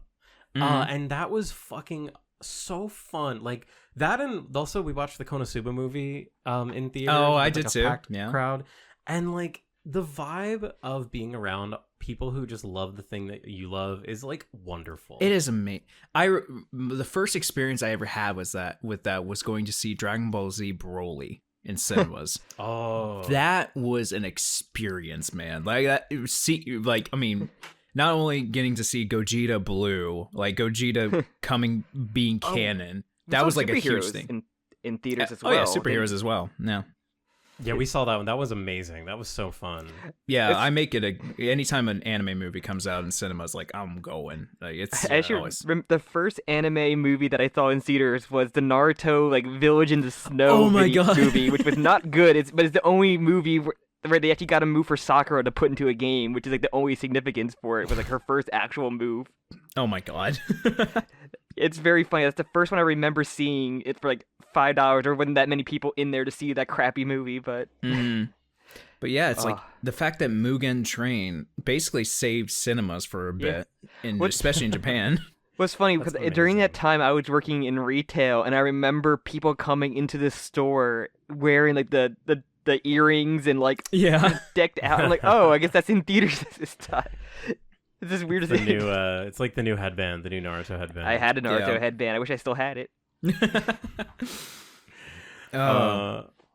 It's great. It's great. It is wonderful. I really love it so much. I think it's like at the Konosuba premiere, or with the not premiere, but when we saw the Konosuba movie at the end, some guy he brought his fucking Megumin body pillow, and everyone cheered. And it's shit like that just is so wonderful. Like you don't get to like see, and the coolest thing too is like I went on like I think I just was looking on like 4chan or something or Reddit just to see if people had seen it, and I saw people in the comments talking about, oh yeah, I was at the showing in New Jersey where the guy brought the Megumin pillow. I was like, oh my god, like I was there too. I went to go see so cool. I went to go see the Konosuba movie with Shuckmeister. He really? and I went to go see it yeah, together. He's a big Konosuba fan too. Oh yeah, he's a massive Konosuba fan, and he was just like, hey, you want to go? And I was just like, fuck yeah, let's go, because I like Konosuba a lot. I think it's a very funny show. And I was just like, fuck yeah, let's go see it. And we went to go see it together, and it was a fun time. It was fun. And like I can't think of a time recently that I had recently seen a comedy in theaters, and like it was so fucking funny. It was just so fun, and like laughing with everyone. Like this is what it's all about. This is what the media, it's meant to be experienced with people. Yeah, like One Piece film Red, when that came out, like that was a huge thing as well. Like I wish that I was caught up by then. Sam and I just watched that like a few months ago. It just like in my fucking house. Where's some thoughts about that movie? I'm sure I would have loved it if I wasn't being like a critical like. Cause I just recently caught up to One Piece, so I'm like still not. It's so fucking good. I really, really love it. I just finished Enies Lobby, and I'm like, fuck, man, there's so much left. Enies Lobby is like peak though. I mean, it is. And it's like, I love One Piece, but it's one of those things where it's like, the first time I watched it, I watched all the way up to, I think, the end of Alabasta. And that was back in like in my university days, back in 2018 and such. And then I didn't watch any more One Piece for like 5 years. And then I was just like, all right, Enies Lobby, let's go. Let's get to it. And then I got through Enies Lobby, and I was like, okay, all right, I'm burnt out again. Yeah, that'll do that. And I'm skipping episodes too. And like, I'm not watching every episode. I'm skipping through. I'm doing the skipping filler thing. And it's still like, fuck, man. I can't, even with that, I can't imagine. So I've only read One Piece. Well, Sam and I have gone and watched some of the filler arcs, because apparently there are some filler arcs that people have recommended, like the four. What is it? The one right after Alabasta, I think. Yeah, the Marine Island. Marine Island. It's right after Skypiea. Skypiea. They drop in like right into, and we watched like most of that. That one's pretty good. But whenever I've just read all of One Piece, and whenever I go back and watch clips of it, I'm like honestly shocked at how like the pacing of the anime is. Everything feels so like stretchy and like stretched out. And it hurts like scene pacing for me, where like in the manga, like it's so snappy. It's very much like, I mean, I've read Dr. Stone, and I love Dr. Stone. Oh yeah. And you can tell that Bocchi was very inspired by Oda, and like the snappiness of pacing just within like scenes. And that's like what One Piece feels so quick, and I love that. But like watching it is really difficult. So hats off to anyone who's watching it. I can't do it. I'll watch the cool fight scenes. Yeah, but I'll watch Gear 5 when that comes. Like, I watched Gear 5 when it came out, so it was like, okay, cool. Even the animation now, that they have actual budget for their animation, people have been going crazy over a lot of the stuff recently. Like before, they had like no animation budget for actual fights to be good. There is a big like rematch fight that just happened in the anime. Yeah, with Kaido. No, not Kaido. Lucci. Yeah. And that is fucking awesome to watch. Because also, so I mean, Lucci is amazing. Like Lucci is just incredible already. But his fight with I'm of course Enies Lobby. I finished the first Lucci fight and everything, and it's one of the best fights in One Piece so far. I get chills thinking about Enies Lobby. It's so that Oda like rewatched like Naruto, and like this has the same pacing as the One Piece anime, but the fights are actually amazingly animated. Like, why don't we have? I'm gonna put money into this. But actually, it's funny that you mentioned the animation, because Oceans again was the one who told me this, because Oceans knows a lot of people in the industry. I don't know how he does, but he knows a good amount of stuff. But the funny thing is, there's that whole thing for the long time, and it's still going on about how bad the conditions are for animators. Mm-hmm. And it's like for MAPPA and everything like that, they're just cranking them out and getting them to do things. But actually, one of the best places to work in the animation industry in Japan is with Toei. Yeah, which is that's interesting because one of the animators who they join in, they train them up really well, like they get them all trained up, and then they basically have a whole system in place to where as you come in as a newcomer and start training, you get better with more things, you get more action sequences, you get more things you can do, and they basically are leading them up to be directors. Mm-hmm. And so a lot of people who are in the industry who does animation, they've been getting better and better, and they've just been training them up to get them more ready for it, and then they can crank out some of the best animation you've ever seen. I mean, for Gear 5 and everything like that. And they're just really, and they're really good with hours. They're really good with pay. Like, Toei's apparently a really good company to work for if you're an animator. So that's why they're now, because especially after what was it? What was the arc that had the infamous? Was it Cake Island that had bad animation? Dawn from Dressrosa? Dressrosa, yes. After Dressrosa, they realized how bad their entire system was, and because they were getting roasted so hard for the bad animation. That arc in general is like, that's where I hit my like fatigue when reading through One Piece. Where I'm like, I need to take a long break. It's kind of one of the worst arcs, I think, too. Yeah, and the pacing in the anime is terrible, from what I've heard. So it's like, after they realized that, they were like, okay, we need to fix things up. And that's when they started getting better with the animation. They started actually training people better and getting more hours. Like, I think Oda put money into the anime now that actually has more of a budget, which is cool. Yeah, it's great that he's in a position to do that, because that's obviously not something that like most series have the luxury of. Yeah. But because speaking on like conditions and like the fact that they're really like investing in the employees, just even like in my own personal life, like in my current job, like I feel like that is something that I'm experiencing now, and like the amount of care that it gives you to just your job and your profession, like it makes you so loyal, because you're just like, oh, like my higher ups care about me, like they actually want me to like grow in as an animator. Well, I'm not an animator, but whereas I've been watching a lot of stuff about Ghibli lately, and it's so fucking tragic not only to hear that the conditions are horrendous. Like, I mean, Studio Ghibli has created some of the most like incredible pieces of art, I think, that have ever existed in film, and to see it's almost like contradictory with all the positive messaging when you hear the conditions that the movies are made under. And then additionally, the issue is that some of the old curmudgeons were too prideful to step aside when you had these incredible talents, these like key animators who could have stepped up to direct a feature, or even with was it Mamoru Hosoda was supposed to do what was it oh my god, why can't I remember it?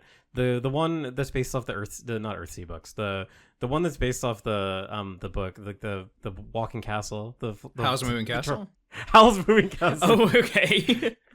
I think he was supposed to direct that initially, and ended up leaving because it seemed like Miyazaki was just too involved in it. He wouldn't just let it go.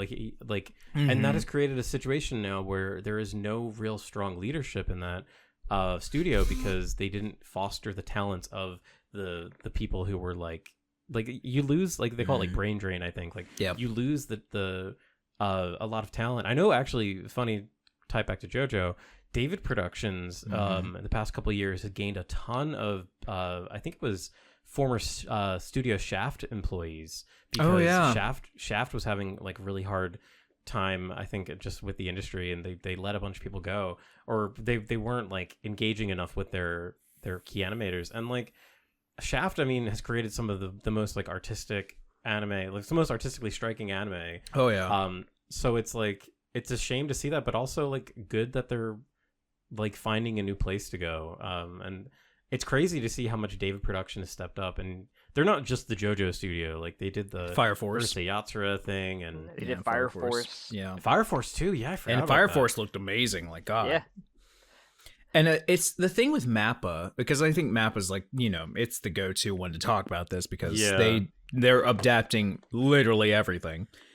But I think with that, you have to I think it's mostly due to directorship as well, because Vinland Saga had a really good adaptation by Mappa, because they kept because the entire staff, from what I know from WIT, like the entire creative staff, the person who directed it, everything, they moved over to Mappa to animate it. And I think since they had that still production line and they still had that same people working on it, I think they were given a little bit more time, because from what I've heard, it was not that bad. Mm-hmm. It was about the same as it was at WIT, which WIT, of course, it's not great either. But I think it's like a huge hit recently, unfortunately. Didn't that happen with Attack on Titan as well, where like oh yeah, they got rid of it. They didn't want to do it anymore because it was too much. It was just too much. That's why they gave it over to Mappa. And I don't fault Mappa too much, just because they are really good. They most of their almost every single adaptation they do is really fucking good. But I think they just got so much on that pipeline now. It's like you can only do so better, much. Like how much better could Chainsaw Man season 1 or Jujutsu Kaisen season 2 have been if that wasn't like the 5th project that those guys were working on? Yeah, well, and that feels weird to say, because they were great. They were great adaptations. I know, yeah, that's the thing too. Like I was amazed. Like I find the criticisms for the Chainsaw Man anime to be wild, because I think it looks amazing. Yeah, it's just not. It just doesn't quite look like the manga. But JJK too, I think had some... god. Well, we were like chronicling that like week by week. Like or every couple episodes, like something new would come out from like the animators, or like it wasn't like where they would wanted. Be like, they'd be upset and say like, yeah, we only got about 30% of what we wanted on the screen this week. Just and mostly came out of this Sukuna fight. That was the big one. That was the one that mainly came from. But yeah, it's just such a shame, because like, I mean, you have to fucking love what you're doing to be an animator. Like nobody goes into animation for the money in Japan. Like no. And these people care. I mean, like it's also a Japanese cultural thing, but the way that they were addressing this was like, they were like shameful. They were like disappointed that they weren't able to complete their project. Yeah. In the way that they envisioned it, and it's like, it's just a shame, because like you give the people with this talent, you give them the time, and they create incredible things, and that's unfortunately not how the production studios say it. And one last. Oh, sorry. Yeah, go ahead. The one that I wanted to bring up was One Punch Man season 2. Oh my god, that's like the perfect example of like exactly what the opposite of what you said with WIT, being able to like transition Vinland Saga, rather than like spending the time to recreate or what's the word, like reunite the teams that made One Punch Man season 1. The production team, or the production committee, rushed it through as quick as they could, because they wanted to like strike while the iron's hot, I guess. Yeah, of course. It caused what I would consider to be like a subpar adaptation, one that I didn't even watch, because we're getting depressing. season 3 by JC staff soon, I think, or this year. Yeah. And it's like, I love seeing adaptations, and I know, and it's never a fault on the animators. Like I hate when people blame it on the animators. It's like, it's always on the directorial and the entire because it's a team. They're working on it together, and they're trying their best to make it the best they can. But sometimes it's just when you don't have the money, and also you don't have the time. It's mainly the time that they just can't do it to the extent they want to. And it's funny with David Production, because as if you might know, and with Stone Ocean, a lot of JoJo, fan artists and people who have been doing art for it finally got to, like, Grand Gorilla, of course, is the main one I would think of.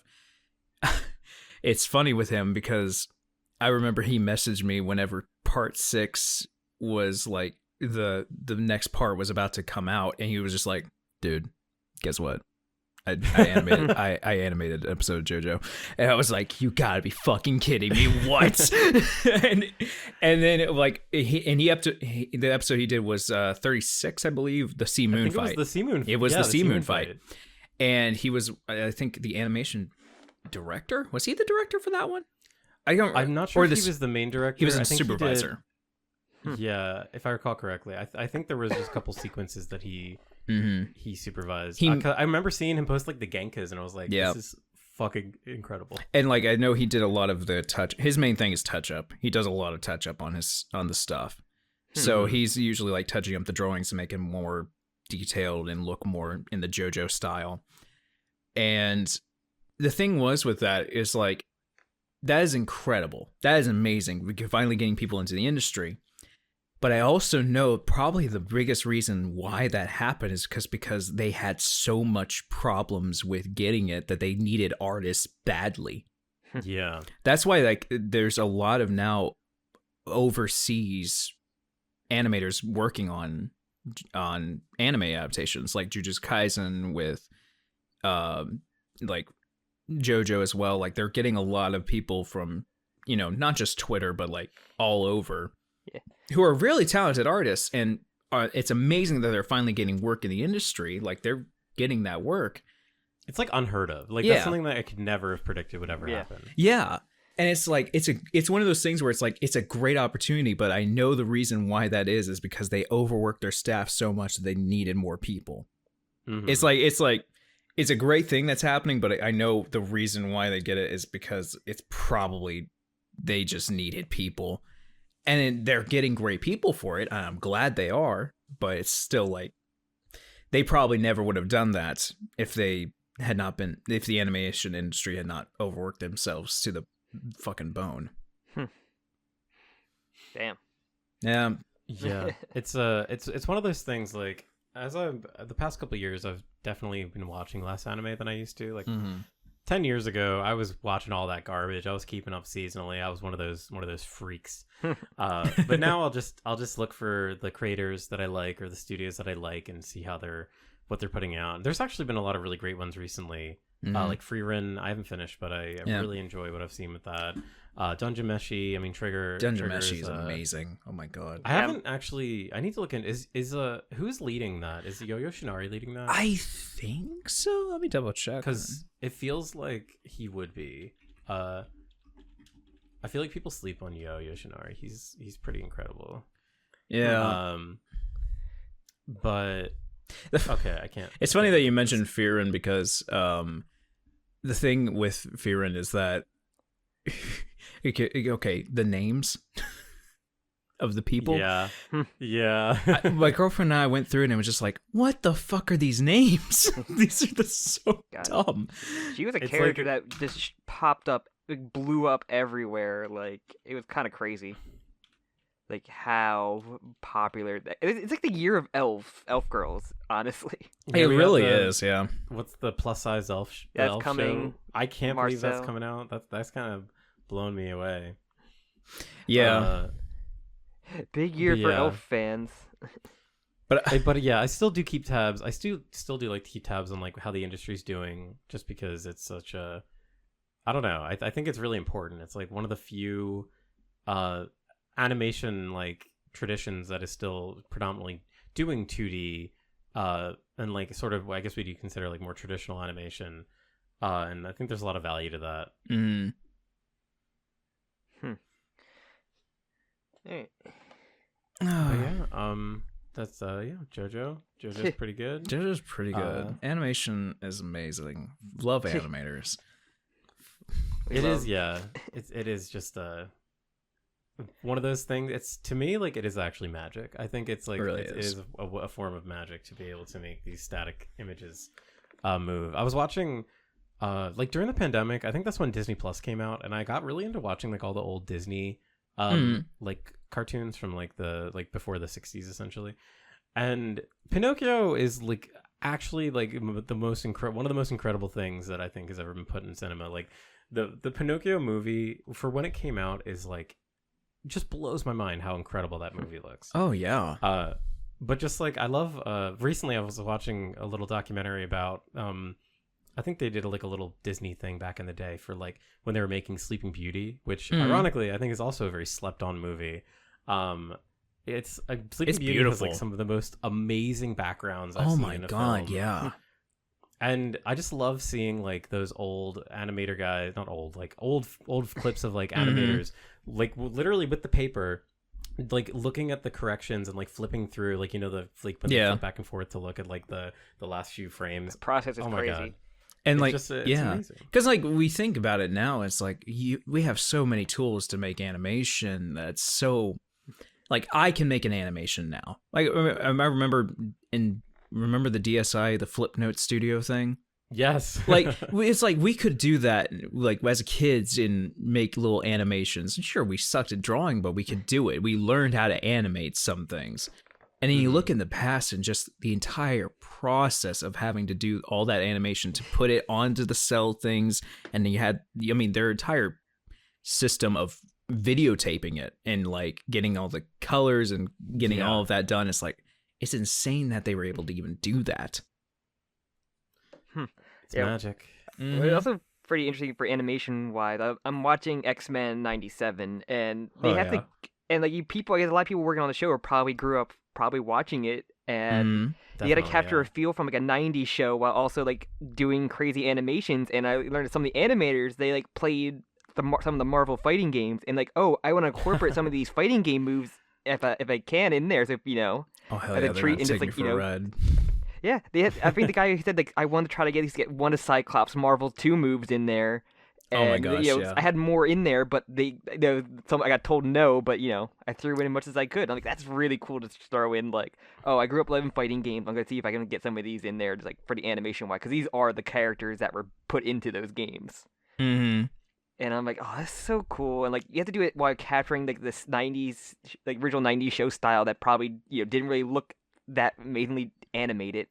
Like, no, yeah, the original old ones, yeah. Back those original old Marvel shows. My God, like Spider-Man, X-Men, Silver Surfer. Oh my God, Silver Surfer, Iron Man, like everything like that. It was just like Spider-Man. It's just it's so nostalgia. Cool. It's nostalgia, but yeah, that show X-Men 97 is so amazingly like well done. Like, is it over yet? I need to check it out. I haven't watched any of it yet. No, it's not over yet. I don't think. I still two more episodes left. We're on a 3-part finale. We've got the first episode of the 3-part finale just started up, but it's phenomenal. Yeah, I see clips of it on Twitter all the time, and I'm just like, this is amazing. I don't know, like, genuinely, goddamn. Like, I can't wait. But first, there's only one mystery, and it's like, why did the showrunner get fired like the day before release? And everybody's like, we're still waiting for the reason why. Damn. Hopefully the NDA is not too long.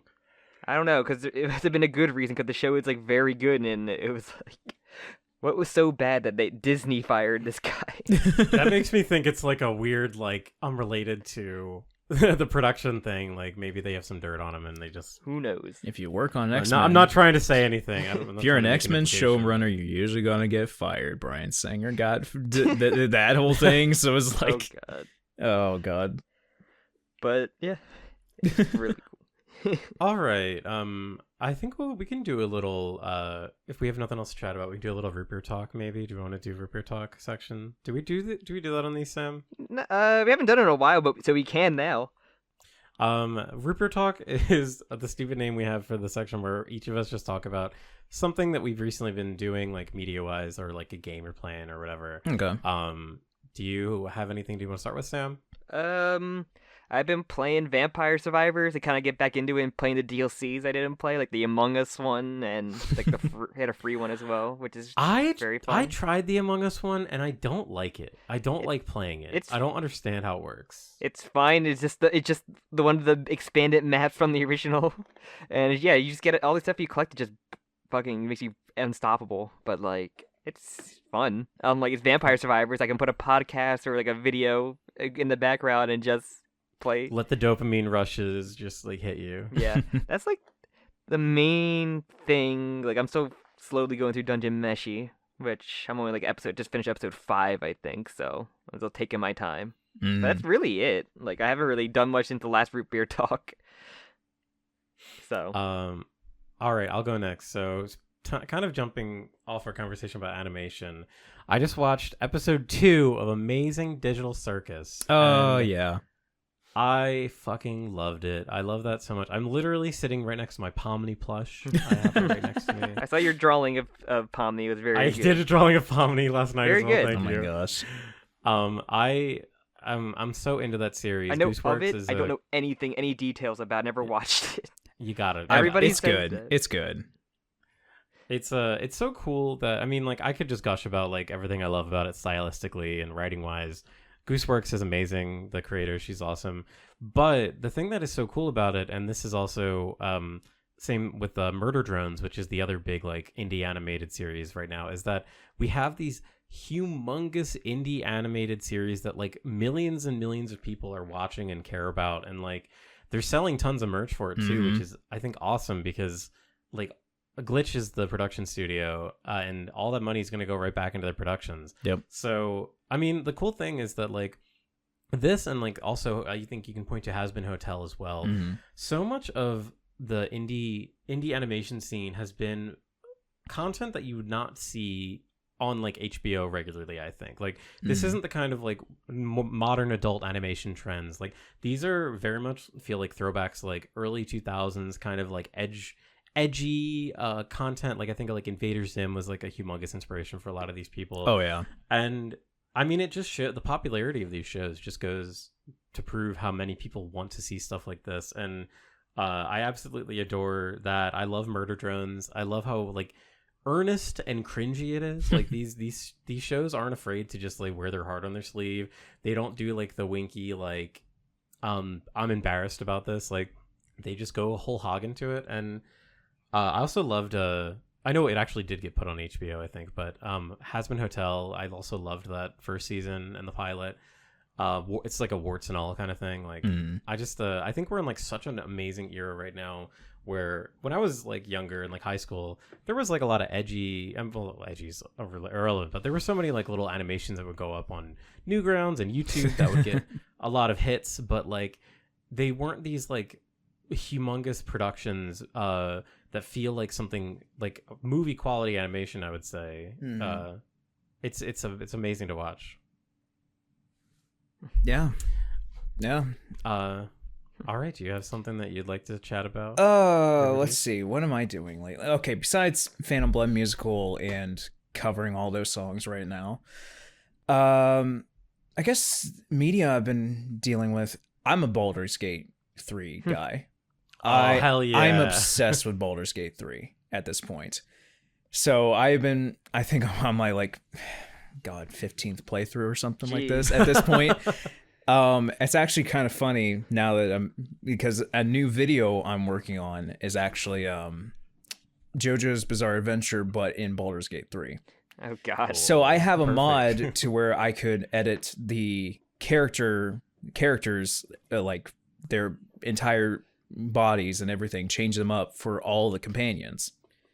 So I was able to go through and basically make JoJo versions of every single companion. So I made like Astarion Dio, I made Shadowheart Jolene, I made Karlak Aramis, I made Gale Gyro, I made Lae'zel Hot Pants, I made Housen, Jonathan, Jaheira, Lisa, and like I'm just changing everyone to make them look like JoJo's characters. So that's like a new that's going to be used for a video, but like it's just been a stupid fun playthrough because I have so many mods. You're one step closer to a JoJo tabletop game.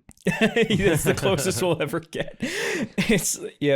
Like I'm always playing Baldur's Gate 3. It seems to be the thing I play the most. It's a good ass game. It is. It's a great game. I adore that game. I'm ready for the update, but I'm also not ready for the update because it's gonna probably fuck up all my mods. All your mods. I have like I have 200 mods or something at this point. It's like, that's gonna destroy my fucking entire save file. I hope it does not corrupt anything. So Jim, did you hear of the Fallout 4 update that happened? Oh my god, the next gen update. Yeah. Well, there was supposed to be a big someone made an expansion mod called Fallout London, and they had it was about to come out, and then they made the update, and they had to delay it for indefinite until they fix everything. Yep. No, it's like a mod with voice acting. and everything. It has a Starian's voice actor, Neil. He's he voicing in it. Like it looks genuinely so cool. And I was just like, fuck. God damn it, Todd. It's amazing how Bethesda, like, riding off this humongous win with the TV show, just comes in to remind everybody, like, how they really operate. Like, what are they really best known for? Just, like, ruining their own game. Because everyone was coming back to Fallout 4 and, like, New Vegas to play after how good the show was. I did. I finished all the New Vegas DLC again, like, when I went back to my playthrough. And it's like, I think the reason why everyone's going to New Vegas is because they know that it's not going to get updated. it's set in stone. It's not getting any more updates. People flock to 76 like, ugh. Yeah. But yeah, like media-wise, that's most of what I do. I did watch the new Amazing Digital Circus, and I like normally, because I'm not a fan of Hazbin Hotel. It's just not for me. I haven't watched that either. It gives me too much Tumblr vibes. I feel that. That's why I love it, though. I mean, I get that. And so, like, it was like, I watched the pilot episode and I was like, okay, cool. And then anything else I've been like, okay, it's just, it's not for me. It's just not. But Digital Circus so far I've liked that a lot because it's not, it's one, like, whenever I avoided watching it because I was like, oh god, this is another one of those indie animation but cutesy stuff but horror themed, like Bam Bam and like Baldi's Basics again. It's just like, oh god, I don't want to see this looks so dumb. Mascot horror, essentially. Mascot horror. I thought it was another mascot horror thing, and then I finally watched it and I was like, okay, this is actually just generally a funny show. Like, it's generally funny, and it's got some great writing, and the voice acting is great. Like Lizzie Freeman, who does Pomni, she's incredible. Yeah, she's great. Incredible. I mean, she's Trish in the English dub of JoJo. Oh, cool. Oh really? Yeah, I didn't know that. She's Trish. She's Trish. And I was like, okay, you got some voice actors that I know, like Lizzie, and then Michael, of course, who's in every single indie animated project ever. Yep. Yeah. Gets fucking angel dust. Now he's what's the rabbit's name? Jax. He's Jax, and then he's also in Lackadaisy as well. If you don't know what not Lackadaisy. I haven't seen that. The Lackadaisy, I think it's the animated cats one.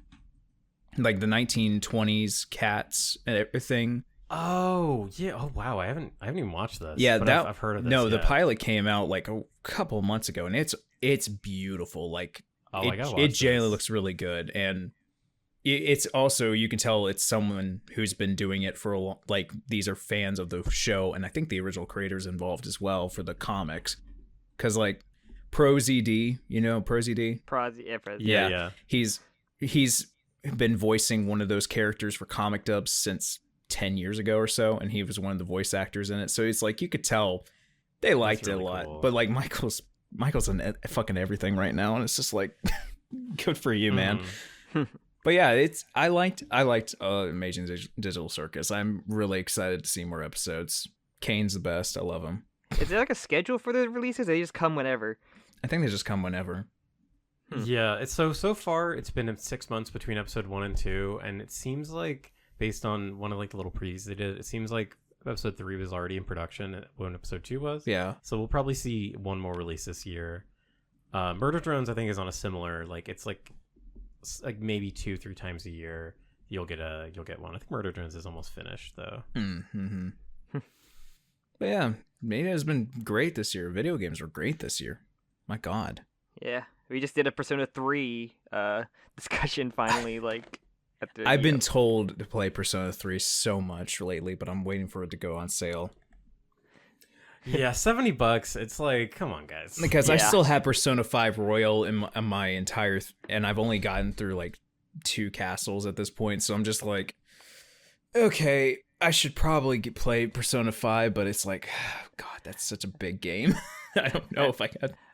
I'm trying to get through some backlog now. I think, like, I played through Helldiver. It's like now with all the that stuff, I'm like, I could probably delete that and get some progress into some other stuff now. But like, there was a time I was going through like some of those bad games, like Lethal Company, which is still a lot of fun if you have a full party. Yeah. Like, but Yeah. And He's good games. Yeah, good games. And I like any game that has Alex Lee as a voice actor. Oh my god.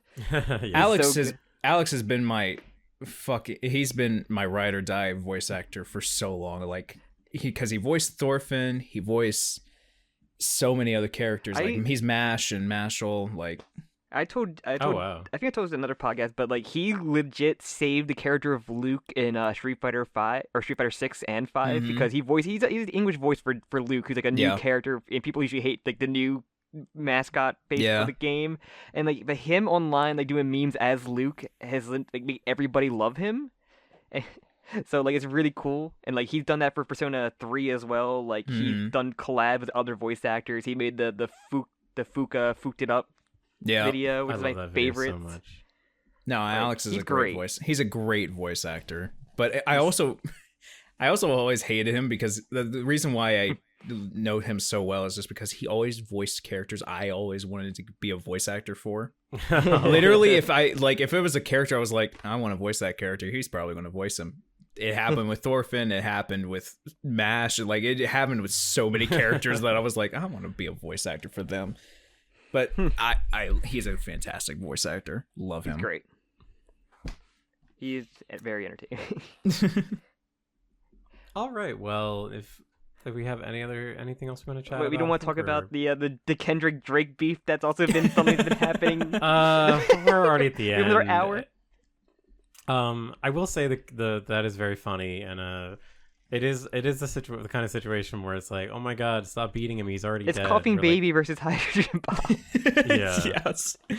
Kendrick has gone so thoroughly down after Drake's throat. But it's very funny to me. Like Drake is always, because like my sister watched a lot of Degrassi growing up. I watched it like alongside her a couple times. And I just know Drake is the guy who got shot in the back in a school shooting episode. Oh my god. Ended up in a wheelchair the entire of the show. Oh my god. That's all I know him from, and I'm like, I can't take him serious as a rapper. All I see him as this Jimmy from fucking Degrassi. Oh my god. Yeah. But no, it's like I'm not invested in that at all. Like, but it's like that's all my feed is now. It's just like responses to that. Yeah, it's just like god damn.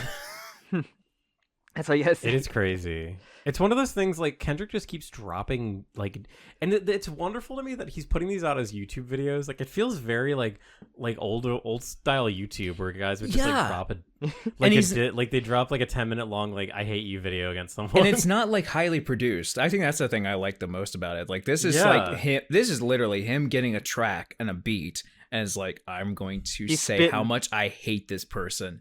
And I'm not going to edit the vocals. I'm not going to add all this bullshit to it. It's like, it's just raw. This has been the year of the hater. It's like, the year of the hater. It really is. Like every form of media, whether like Chainsaw Man has that, like even wrestling has been like that a lot. Like a lot of the best fucking acts in wrestling right now are like haters. Oh my god. We have it in music now too. Like every media just getting the haters. The haters ball is gathering in every media. Oh my god. It's great. I love it. All right. Well, yeah. I don't have much to say about it's just very funny. Other than that is very funny. And I don't know where Drake's going to do next. I don't know if he has much of a chance. I don't think he has a chance, no. All right. Should we just plug it up then? Yeah, let's wrap it up. All right. Riverdude, if you'd like to plug your shit up before we finish this off. Well, Riverdude Covers on YouTube is the main thing you'll see me on, but you can also follow me on Twitter at Riverdude Covers. That's usually the best to get more from me because I'm usually more so on Twitter. If you want more Phantom Blood musical clips, you're going to get that on Twitter because they do not get ID'd or anything. They don't get taken down. So you can actually see the video. But if you want to hear just the full music because of the time limit on Twitter, you can always just follow me on YouTube at Riverdude Covers on Twitter. Those are the main things I'm on. Yeah. If you like JoJo, you like music, that's usually where I'm at. Nice. All right. Did you just rest of the plugs, Jim? Yeah, just plug it up, all Sam. Right. Thank you all for listening. If you like the episode, you could do all the fun things like, comment, subscribe, leave a review, wherever platform you're listening at. You can also follow everybody here on Twitter. And if you want to your name shout out at the beginning of Jokakaka episode, you can leave whatever you want on the Patreon. And that, I think it's everything, unless there's anything else you want to plug, Jim. No, I think that's about it. All right. Thank you all for listening. Thank you for joining us, taking time out of your incredibly busy schedule. So busy. To shoot, do a little podcast. So yeah, definitely we'd love to have you on again. I would love to. Just let us know. Let us know when something big and crazy happens, and we can do like a crazy like clickbait video. You won't believe what Jodio did this time. Oh man, we didn't even talk about JoJo Lands. My God. Oh yeah, it's pretty good. Oh yeah. Part 2. Yeah, that'll be next time. All right. Well, thank you all again, and everyone have a wonderful day. All right. Bye. Ciao.